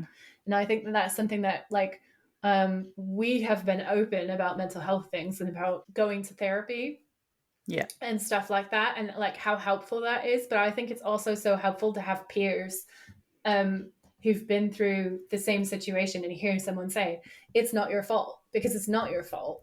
And if you feel guilty about it, it's okay to process that, but it's also okay to move past it, because it doesn't belong to you. That was a tool that was used against you to manipulate you and control you, and it's okay to put that down. Yeah, it's hard when you're in that situation, because you don't know any different. You just know how you're feeling at that time. But Dean agrees, because later on in the car he says something about that really wasn't her fault, or something along those lines. I have those quotes down because I thought that conversation was beautiful, so I've written it all down. Yeah. Well, I think we're up to that bit anyway, because they're in the car next, aren't they? And I said this is very film noir-y at this stage. It was really cool. It is very film noir. It's very beautiful. I actually have notes talking about how this is one of the first times that we see the car interior as like a set of its own, and we get the sense that, like, the interior of the car itself is like a home to them. It's a place where they're spending a lot of their time and they're bonding and they're doing different things. And we're starting to see these interior scenes of them being more and more beautifully shot. Like there's obviously a lot of thought going into it. And I thought like there's parts where it's darker, it is more film noir, and whatever's happening in the car, it's sort of gothic because you'll see that what's happening around them, including the weather, is often an emotional reflection of what's going on in the episode at the time, which is something that we see in Gothic literature a lot, where like the house or the weather surrounding the story is reflecting the heart of the story in some way. And I was just like, oh, it's Gothic and cool, and I love it. Yeah, I liked it as well because it's raining, isn't it? And Sam says about how he's going to try and summon Mary so he can try and trap her. And he says, she will come for me. And Dean, this is where he like pulls over and is like really mad with him. And he's like, you need to stop blaming yourself for Jess's death because it's going to kill you. And I said, that's easier said than done though, isn't it? When, you know, you've got trauma. It is easier said than done. Do you have any advice to give to someone who is struggling with guilt? Not really, because I'm still working through it. I've had therapy for it, so I'd say go to see a therapist or a counsellor. Yeah, it is still it's difficult. It doesn't leave you, really. You just have to kind of learn to. It's like a bit like grief, because my situation is linked to grieving as well. So it was grieving and feeling guilty at the same time, and it's really difficult.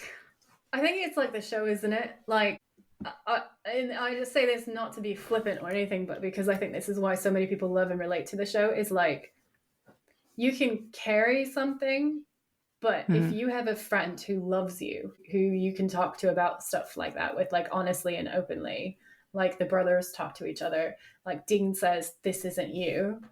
Yeah. Sam isn't going to let it go, is he? Like, Sam's not going to, Dean's not going to say this isn't your fault, and Sam's going to be like, I'm healed.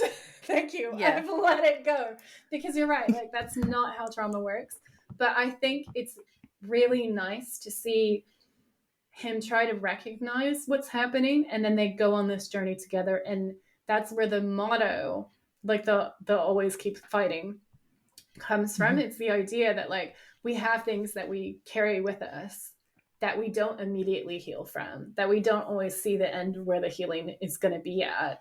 And we still keep going. We keep fighting. We keep going to the next place and the next place and the next place. And we have adventures and we meet people on the way, and those people affect us and change us and help us a little bit more and a little bit more. And I think one of the things that's really beautifully done in the show is, like, Sam and Dean don't magically get untraumatized in the show. And I really like that. Like, they go through things. Life is hard, but it's like they always have each other. And because of that, they always keep going.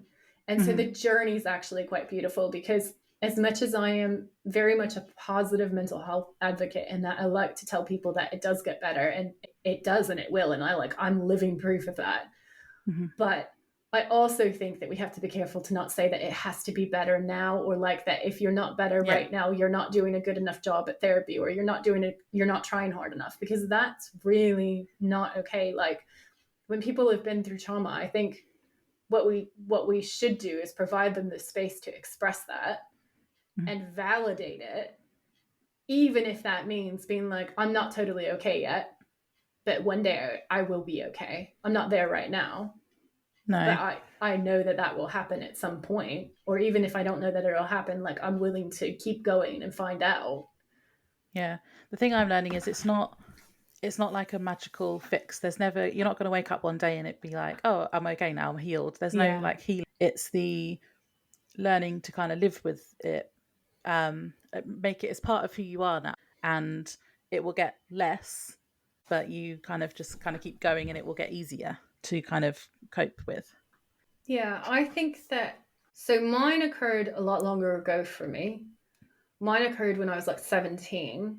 And I don't want to take up too much time and get us too off track, but I'll just say briefly that, like, it was bad, and my dad got arrested, and I'll leave it at that. Like, it was a bad day, and I have PTSD. Clearly, we've talked about that, and I've had nightmares and trauma, and I can remember being on the raw end of it, especially in the first few years and for years afterwards, and like just not even understanding the depth of stuff. But I felt really, really, really broken. And I felt different from everyone around me. Like I felt marked, like the scarlet letter. Like I felt like I was walking around with a big letter on my chest in bright red, and that like everybody could tell that I was not one of the normal people. And I think that what's happened for me is, well, I still sometimes experience things that I don't enjoy. Like I might have something might trigger me, and that might be a hard minute. What has been really nice for me is over time, I've been able to see the ways that I am strong. He didn't make me strong. What he did not make me strong. And I don't want to feed into that narrative because I don't really agree with that narrative. The idea that trauma makes us stronger is like, shut up already, you know? But it allowed me to discover my strength and to build my strength in ways I don't think I would have recognized before, and I wouldn't change it. I feel like I wouldn't change it if I could, because I really love myself and I really love who I am. And I love the fact that I've been able to help so many people because of what's happened, because when you've been through it, you can recognize when somebody else is either in it or going through it, and you can be like, hey kid, you're not alone. Like, let's sit down and let's talk about this. And then that has ripples too. It's like the pay it forward effect. So what makes me happy and okay is the fact that like I broke the cycle. I married somebody who's not an abuser, and he's lovely. And I literally wake up in the morning thinking I am so goddamn grateful because I am living such a beautiful life. Like I'm intensely grateful. And I feel whole. I don't feel broken anymore. I feel whole and wholly myself. And I love to see the connections that I make with other women who've been in a similar position, because we can relate to each other and we're stronger together. And it's like the show, we're on the journey together. We get in the car and we go to the next place and we go on the next adventure. And then if we see somebody in trouble, we say, hey kid, you're not alone. Yeah, that's nice. I feel like I'm still on that journey. I'm not quite out the other side of it yet. I don't really want to necessarily go into where my trauma comes from, but it was probably about 10 years ago now, and I'm still trying to like work through and get to that point where I feel like, okay, I am okay now, but I do feel stronger.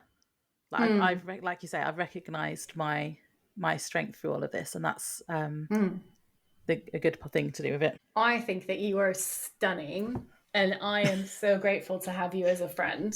And I'm so grateful to be able.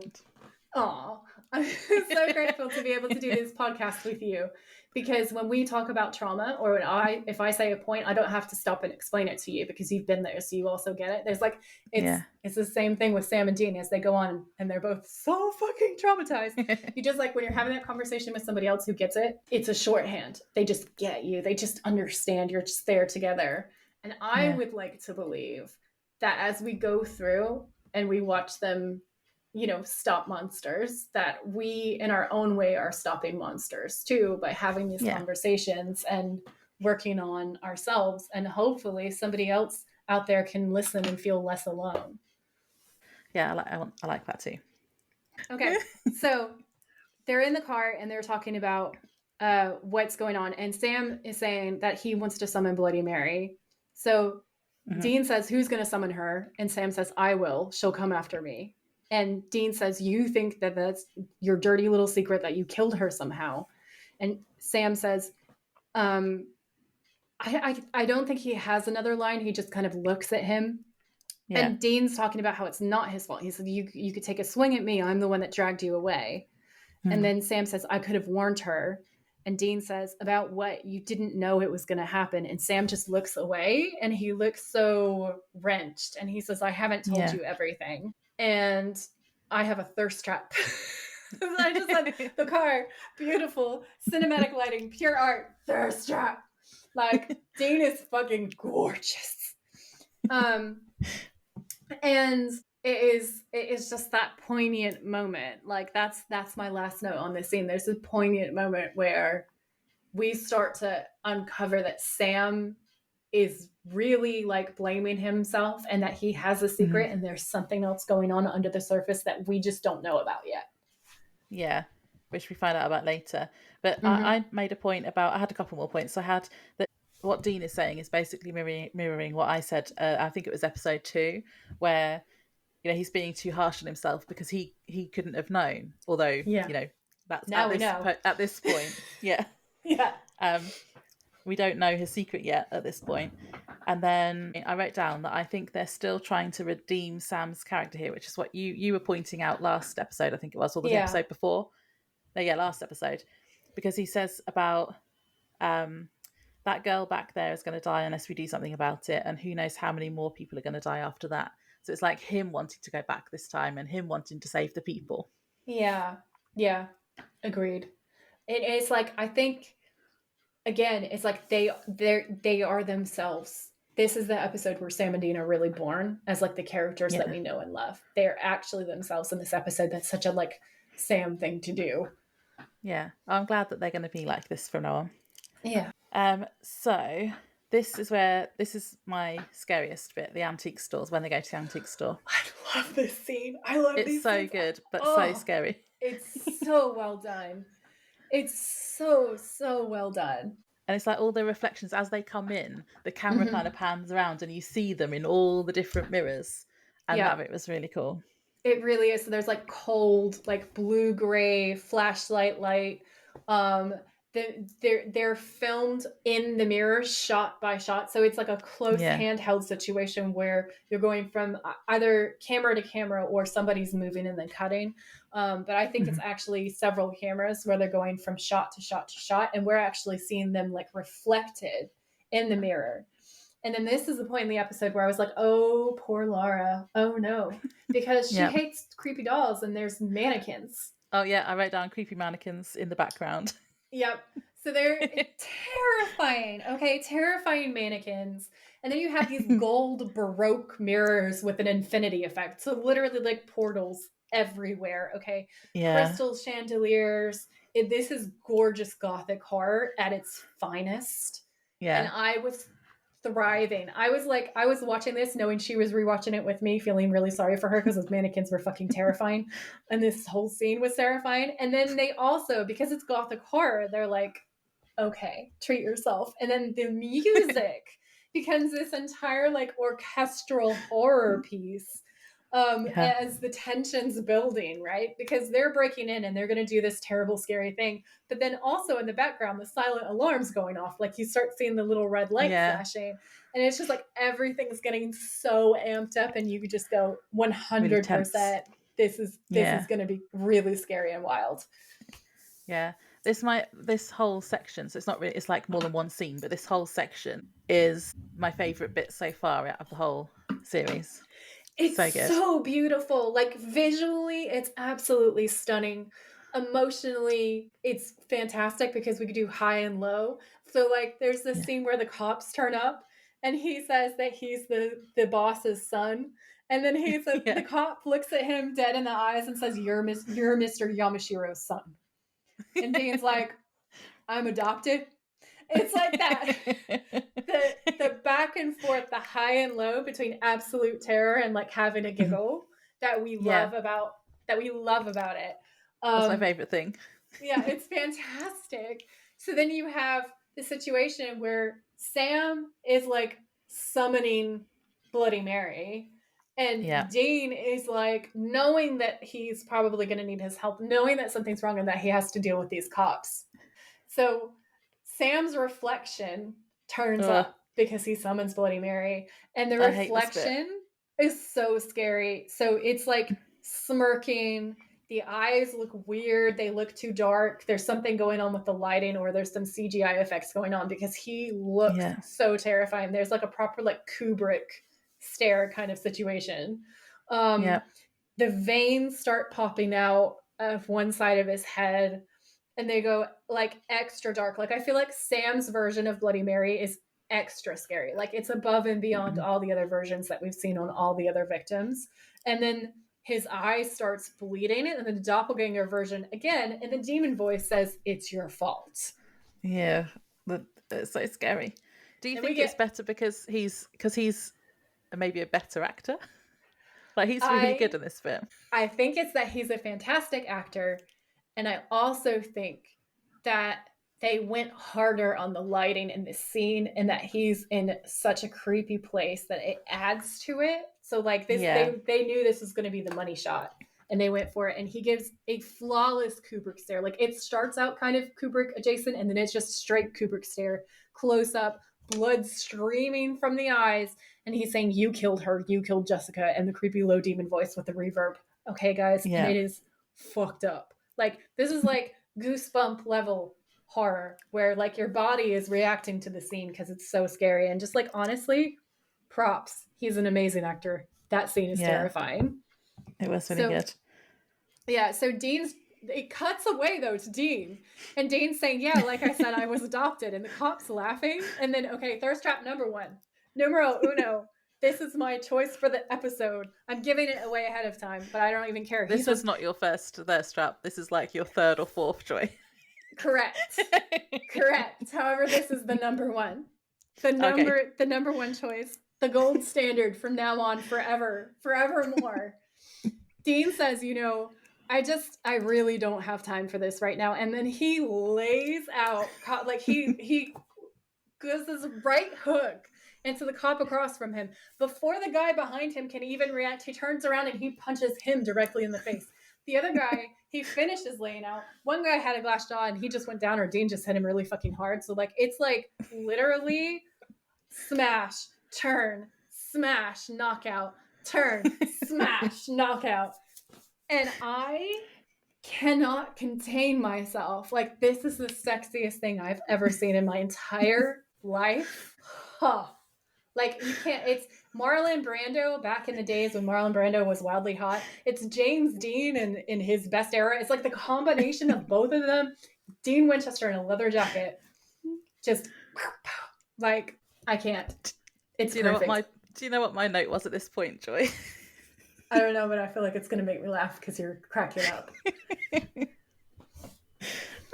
I didn't have it as a thirst trap. I just wrote, you can't do that.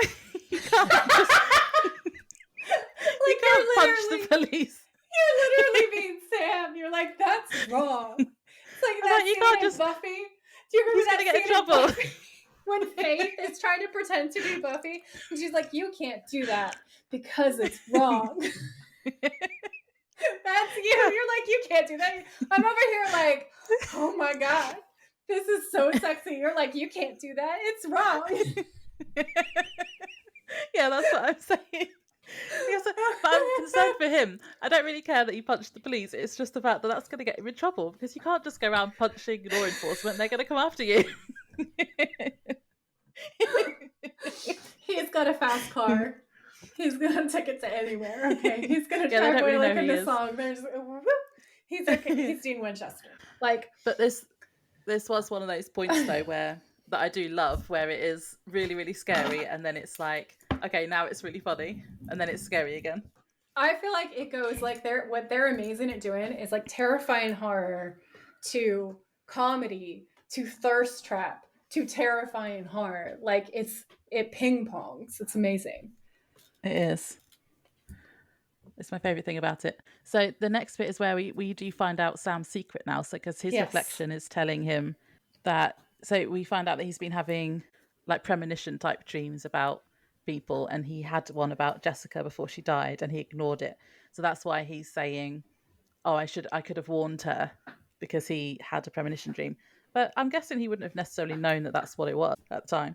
I mean, he had no idea that his premonition was real. So you still, like, it's unfair for him to blame himself. But it's one of those things where it's so easy to see that somebody's guilt doesn't really belong to them and it's not really rational. But because it's him, it's inside his head. Like, you can't make him see that it's irrational guilt and that, like, it's not his fault. No. Because I think his guilt, because I have survivor's guilt. And I look at him and I go, I recognize you. Your demon is my demon. You know, he has survivor's guilt. And same. Survivor's Guilt is so hard. It's so tricky. It's such a shape-shifting little bitch. Yeah. So Sam's doppelganger gets even creepier. Like, they dial up the demon voice for this section. And the lines that he says are, "You never told her the truth, but it's more than that, isn't it? Those nightmares you've been having about Jessica dying, screaming, burning. You had them for days before she died, didn't you?" And it's like screaming, "Didn't you?" But I'm not going to scream because I don't want to blow out the mic.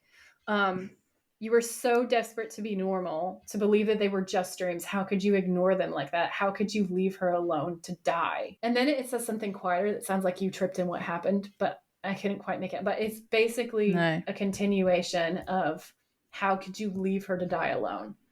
And Sam, at this point, is not in a good way. Like, Sam has dropped to his knees. He's bleeding profusely from his eyes. Like, it looks like he is literally about to die. And then we have another thirst trap, because my boy Dean comes in with a crowbar after having smashed these cops down, like just laid them out, comes in with a crowbar, leather jacketing, and smashes this mirror to tiny pieces. And then he's like, Sammy, the way that he does where it's all hot, where he's like a concerned older brother. We're going to see Sammy a lot in this series. Just saying, spoiler, tiny little, because it's sweet and it's beautiful and everyone should know that and celebrate it. He's like, Sammy. And then he's like trying to carry Sam out. Like, he's picking his brother up, who's taller. It's awkward. Can I just say, like, he's physically carrying him, and you could tell that he's trying to carry him out. And then, Laura, do you want to tell the people what happens next? Because you were scared. Weren't you? Hang on, I had a point about that. So I also had that as a thirst trap when Dean runs in and smashes the mirror. But you missed when you said there's a quote here, and you missed half of it. So and it's another moment where it's funny. So it's like scary and then funny, because Dean says, Sammy, and then Sam says, it's Sam. So we know he's okay. And he's like, because that was for the first episode, wasn't it? When he's like, don't Sam call me is Sammy a chubby anymore, 13-year-old. Yeah. Sam. But I think that's my that whole bit was my favorite quote. It's amazing. So they think it's over. They think they've defeated her. They've smashed the mirror. They're walking away. And then Mary now crawls out of the mirror. And I wrote down in capital letters in my notes, Mary crawls out of the mirror fucking Ring style. And I hated that. Because it's like that weird stop motion, disjointed. They're clearly like speeding some of it up and slowing other parts of it down. So it looks completely terrifying. Scary. My girl who did this stunt, if it's the actress I don't know, whoever did the stunt is hypermobile too, because I can see like the joints moving in strange ways. It was great. And then you hear the glass cracking on, so their backs are to her while all of this is going down. The glass cracks under her bare feet, which, can I just say, demon powers, I guess, because that gave me the heebie-jeebies. Like, broken glass in your foot is one of mine, because I've stepped on several sharp objects in my time on this earth, and it just, every single time, it makes me go, ugh. They stop, and Bloody Mary grudge crawls towards them over the broken glass. They're turning around. She stands up, and her motions are so weird and freaky, and it doesn't help because like her hair is all long and darkened in front of her face, and this entire time she's doing like sounds, like gasping for breath, like it's her dying breath sounds, and I'm just like, that's very scary. She is doing the most, and it's terrifying. And then both Dean and Sam literally start bleeding out from their eyeballs. Like, they're going down. They are fucked. And then Dean pulls the Perseus and uses the mirror. Like, he turns the mirror like she's Medusa, which I thought was kind of a cool reference. I liked that. And then she starts destroying herself because her reflection says, you did it. You killed all those people. And she gets taken down, and then she falls apart into thousands of pieces of broken mirror glass, and I thought that was creepy and cool. That was, the melting bit was a bit weird, but I did like it, and I really liked her makeup. I'd said that she looks really, really pale, and she's got bright red lips, and she looked really cool. She did. She looked very cool. I felt like that was a reference to the fact that her human life, she was the beauty queen, wasn't she, in her human life, and she looks more and more human towards the end when she's dying. And it was really interesting because it raises the question, if in the supernatural universe, do we think Bloody Mary is gone, or do we think the more human part of herself got taken out? And now all that's left is the most terrifying version. Ew. I don't like that idea. I just, Laura's like, I'm horrified. You've horrified me. How could you? I just have the line after that where Dean turns around and goes, "Hey, Sam. Yeah, this has got to be like, what, 600 years of bad luck?" That made me laugh. Yeah, I had that written down as well.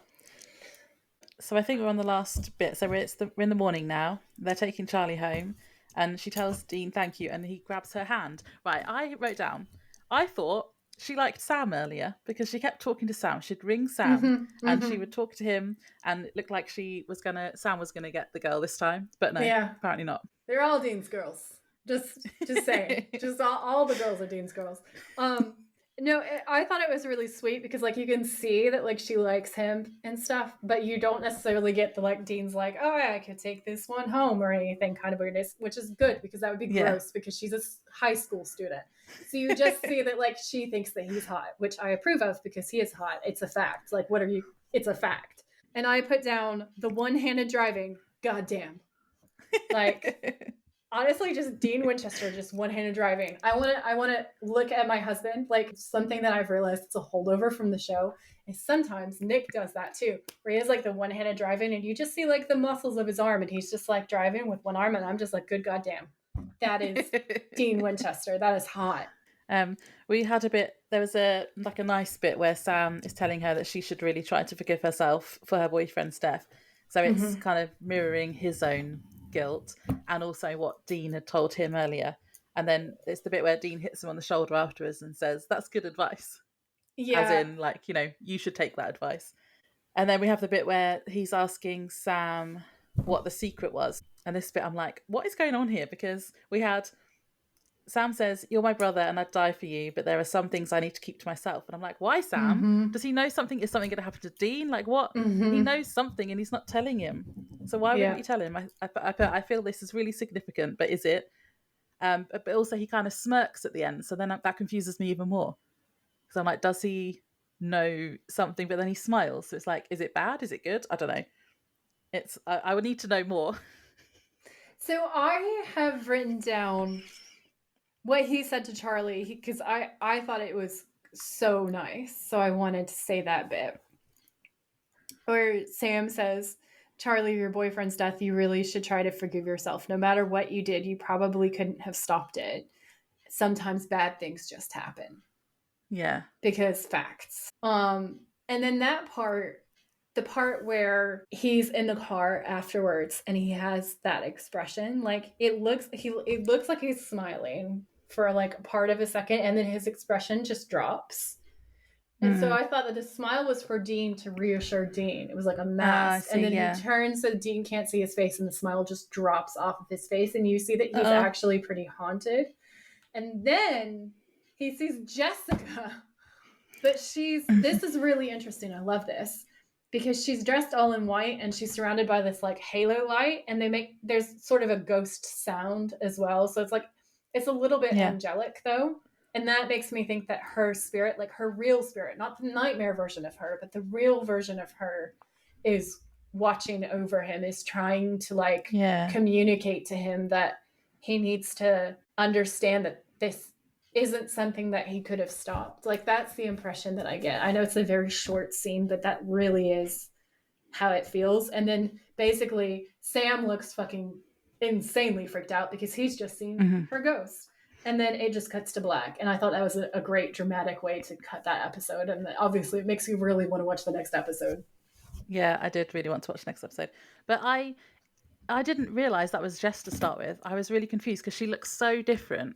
Yeah. And I even looked it up to check that it was her, to see if the actress was in the credits. Yeah. And she is. So I was like, but she looks really different. I did not... To start with, I thought it was Charlie. And I was like, wait, what? And then I was like, no, it must be Jess. But I was like, have they changed? Is it a different actress? Like, she looks so different. Or is that just me?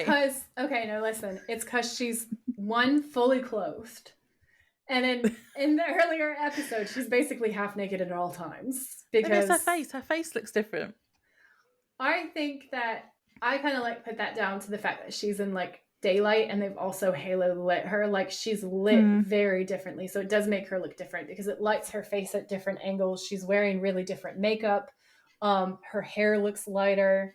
So she does look really different. She looks like an angelic version, a ghostly angelic version of herself. Yeah. Okay then. I think that's it, isn't it? Yeah. I did have it was premonition. I'm not Sam. Prediction. the only prediction thing that I could think of is like this whole bit about him. There's obviously something doesn't want to tell Dean, and I've written down maybe him saying "I'd die for you" is significant. So I'm like, does he die to save Dean at some point? So I don't know, but this whole bit is freaking me out because what happens? Something's obviously going to happen to one of them, and I don't like it. That's so cute. I obviously cannot comment because that would be spoilers. No. That would be hella spoilers.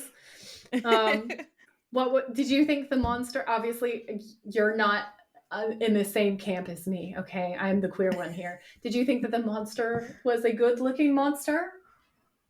Did we like her costume? I mean, she was very similar to the women in white from the first episode. I thought. Clearly I have a type.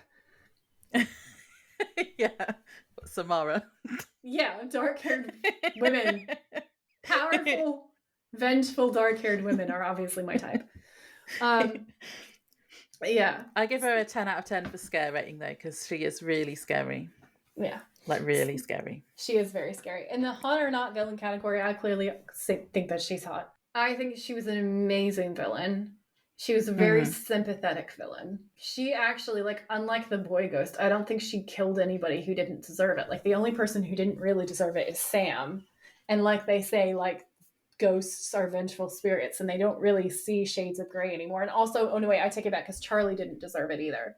So that's toward the end where she actually becomes, like, I guess more villainous because they have really sympathetic, vengeful spirits. And it's only sort of towards the end sometimes, like with her, they'll be like, oh no, she has to be stopped. Damn it. Yeah. Because she's very, very sympathetic when she's like getting revenge on her killer and then getting revenge on the dad who killed the mom with the sleeping pills because what a fucking creep. Like just what a creep. Our girl Mary was just doing the most. There's been a lot of vengeful monsters so far. Yeah, there has. I think vengeance is a primary theme in this season. Like when you think about it, like Sam and Dean are out for vengeance for their mom as well. So like the monsters and the heroes are kind of echoing each other. And I think that's really good writing. I think when you have monsters that like they're not being humanized in a way that's like trying to excuse their deeds, but they're being made so that you can see that the hero and the villain are sort of like two sides of a similar coin. Yeah. That I think is really, really good writing. I really admire that kind of writing. I think Dean is incredibly hot in this episode. Like everything is a thirst trap, but my favorite thirst trap is definitely the one that I said where like he punches the cops out and he's like, I just really don't have time for this right now. That was so sexy. I think my favorite quote of the episode is Sam's speech to Charlie because it's just so beautiful where he's saying, you couldn't have done anything to stop it and sometimes bad things just happen. I think mine is the Sammy, it's Sam. Or it could be the one about the mirror with the 600 years bad luck. But no, I think it's really Sam bit. Yeah, those are really, really good. And my main thirst trap was research Dean with the blue glow of the computer. You know what? She loves a smart man. She loves a research man, a man in research mode. Yeah. I love that. Oh, I had a motel decor bit, Joy. Yes, tell me. Oh, did you? I bet I liked the cool circular window panel thing by the door when they're covering all the mirrors. I liked that. Yeah, I like that too. I thought it looked like it actually looks like the coolest room so far. And I thought that the murder board, like the conspiracy theory board thing that they had set up, also looked really cool. So that was a 10 out of 10 for me. It's a 10 out of 10 on the scare factor. Yeah, And the lore definitely. was like actually pretty accurate this episode. Like it was pretty true to form. So we've got to give them that too. Yeah. Okay. Are we wrapping it up there? I think we're wrapping it up there. I can't really think of anything else. Okay. Yeah, I think this was definitely the best episode so far. Yeah, hands down. I agree. This is the best episode yet. I think, like, I don't think there's going to be another episode that's going to top this episode, but I'll be interested to see if I change my mind as we go on. Okay. Thanks for tuning in. If you liked this episode, please rate, review, and subscribe. We would be very grateful. And if you know someone who would enjoy it, please share. You can find us on Instagram at the Witches of Letters podcast, or you can email us at thewitchesofletters@gmail.com. Until next time, stay safe out there, have each other's backs, and always keep fighting.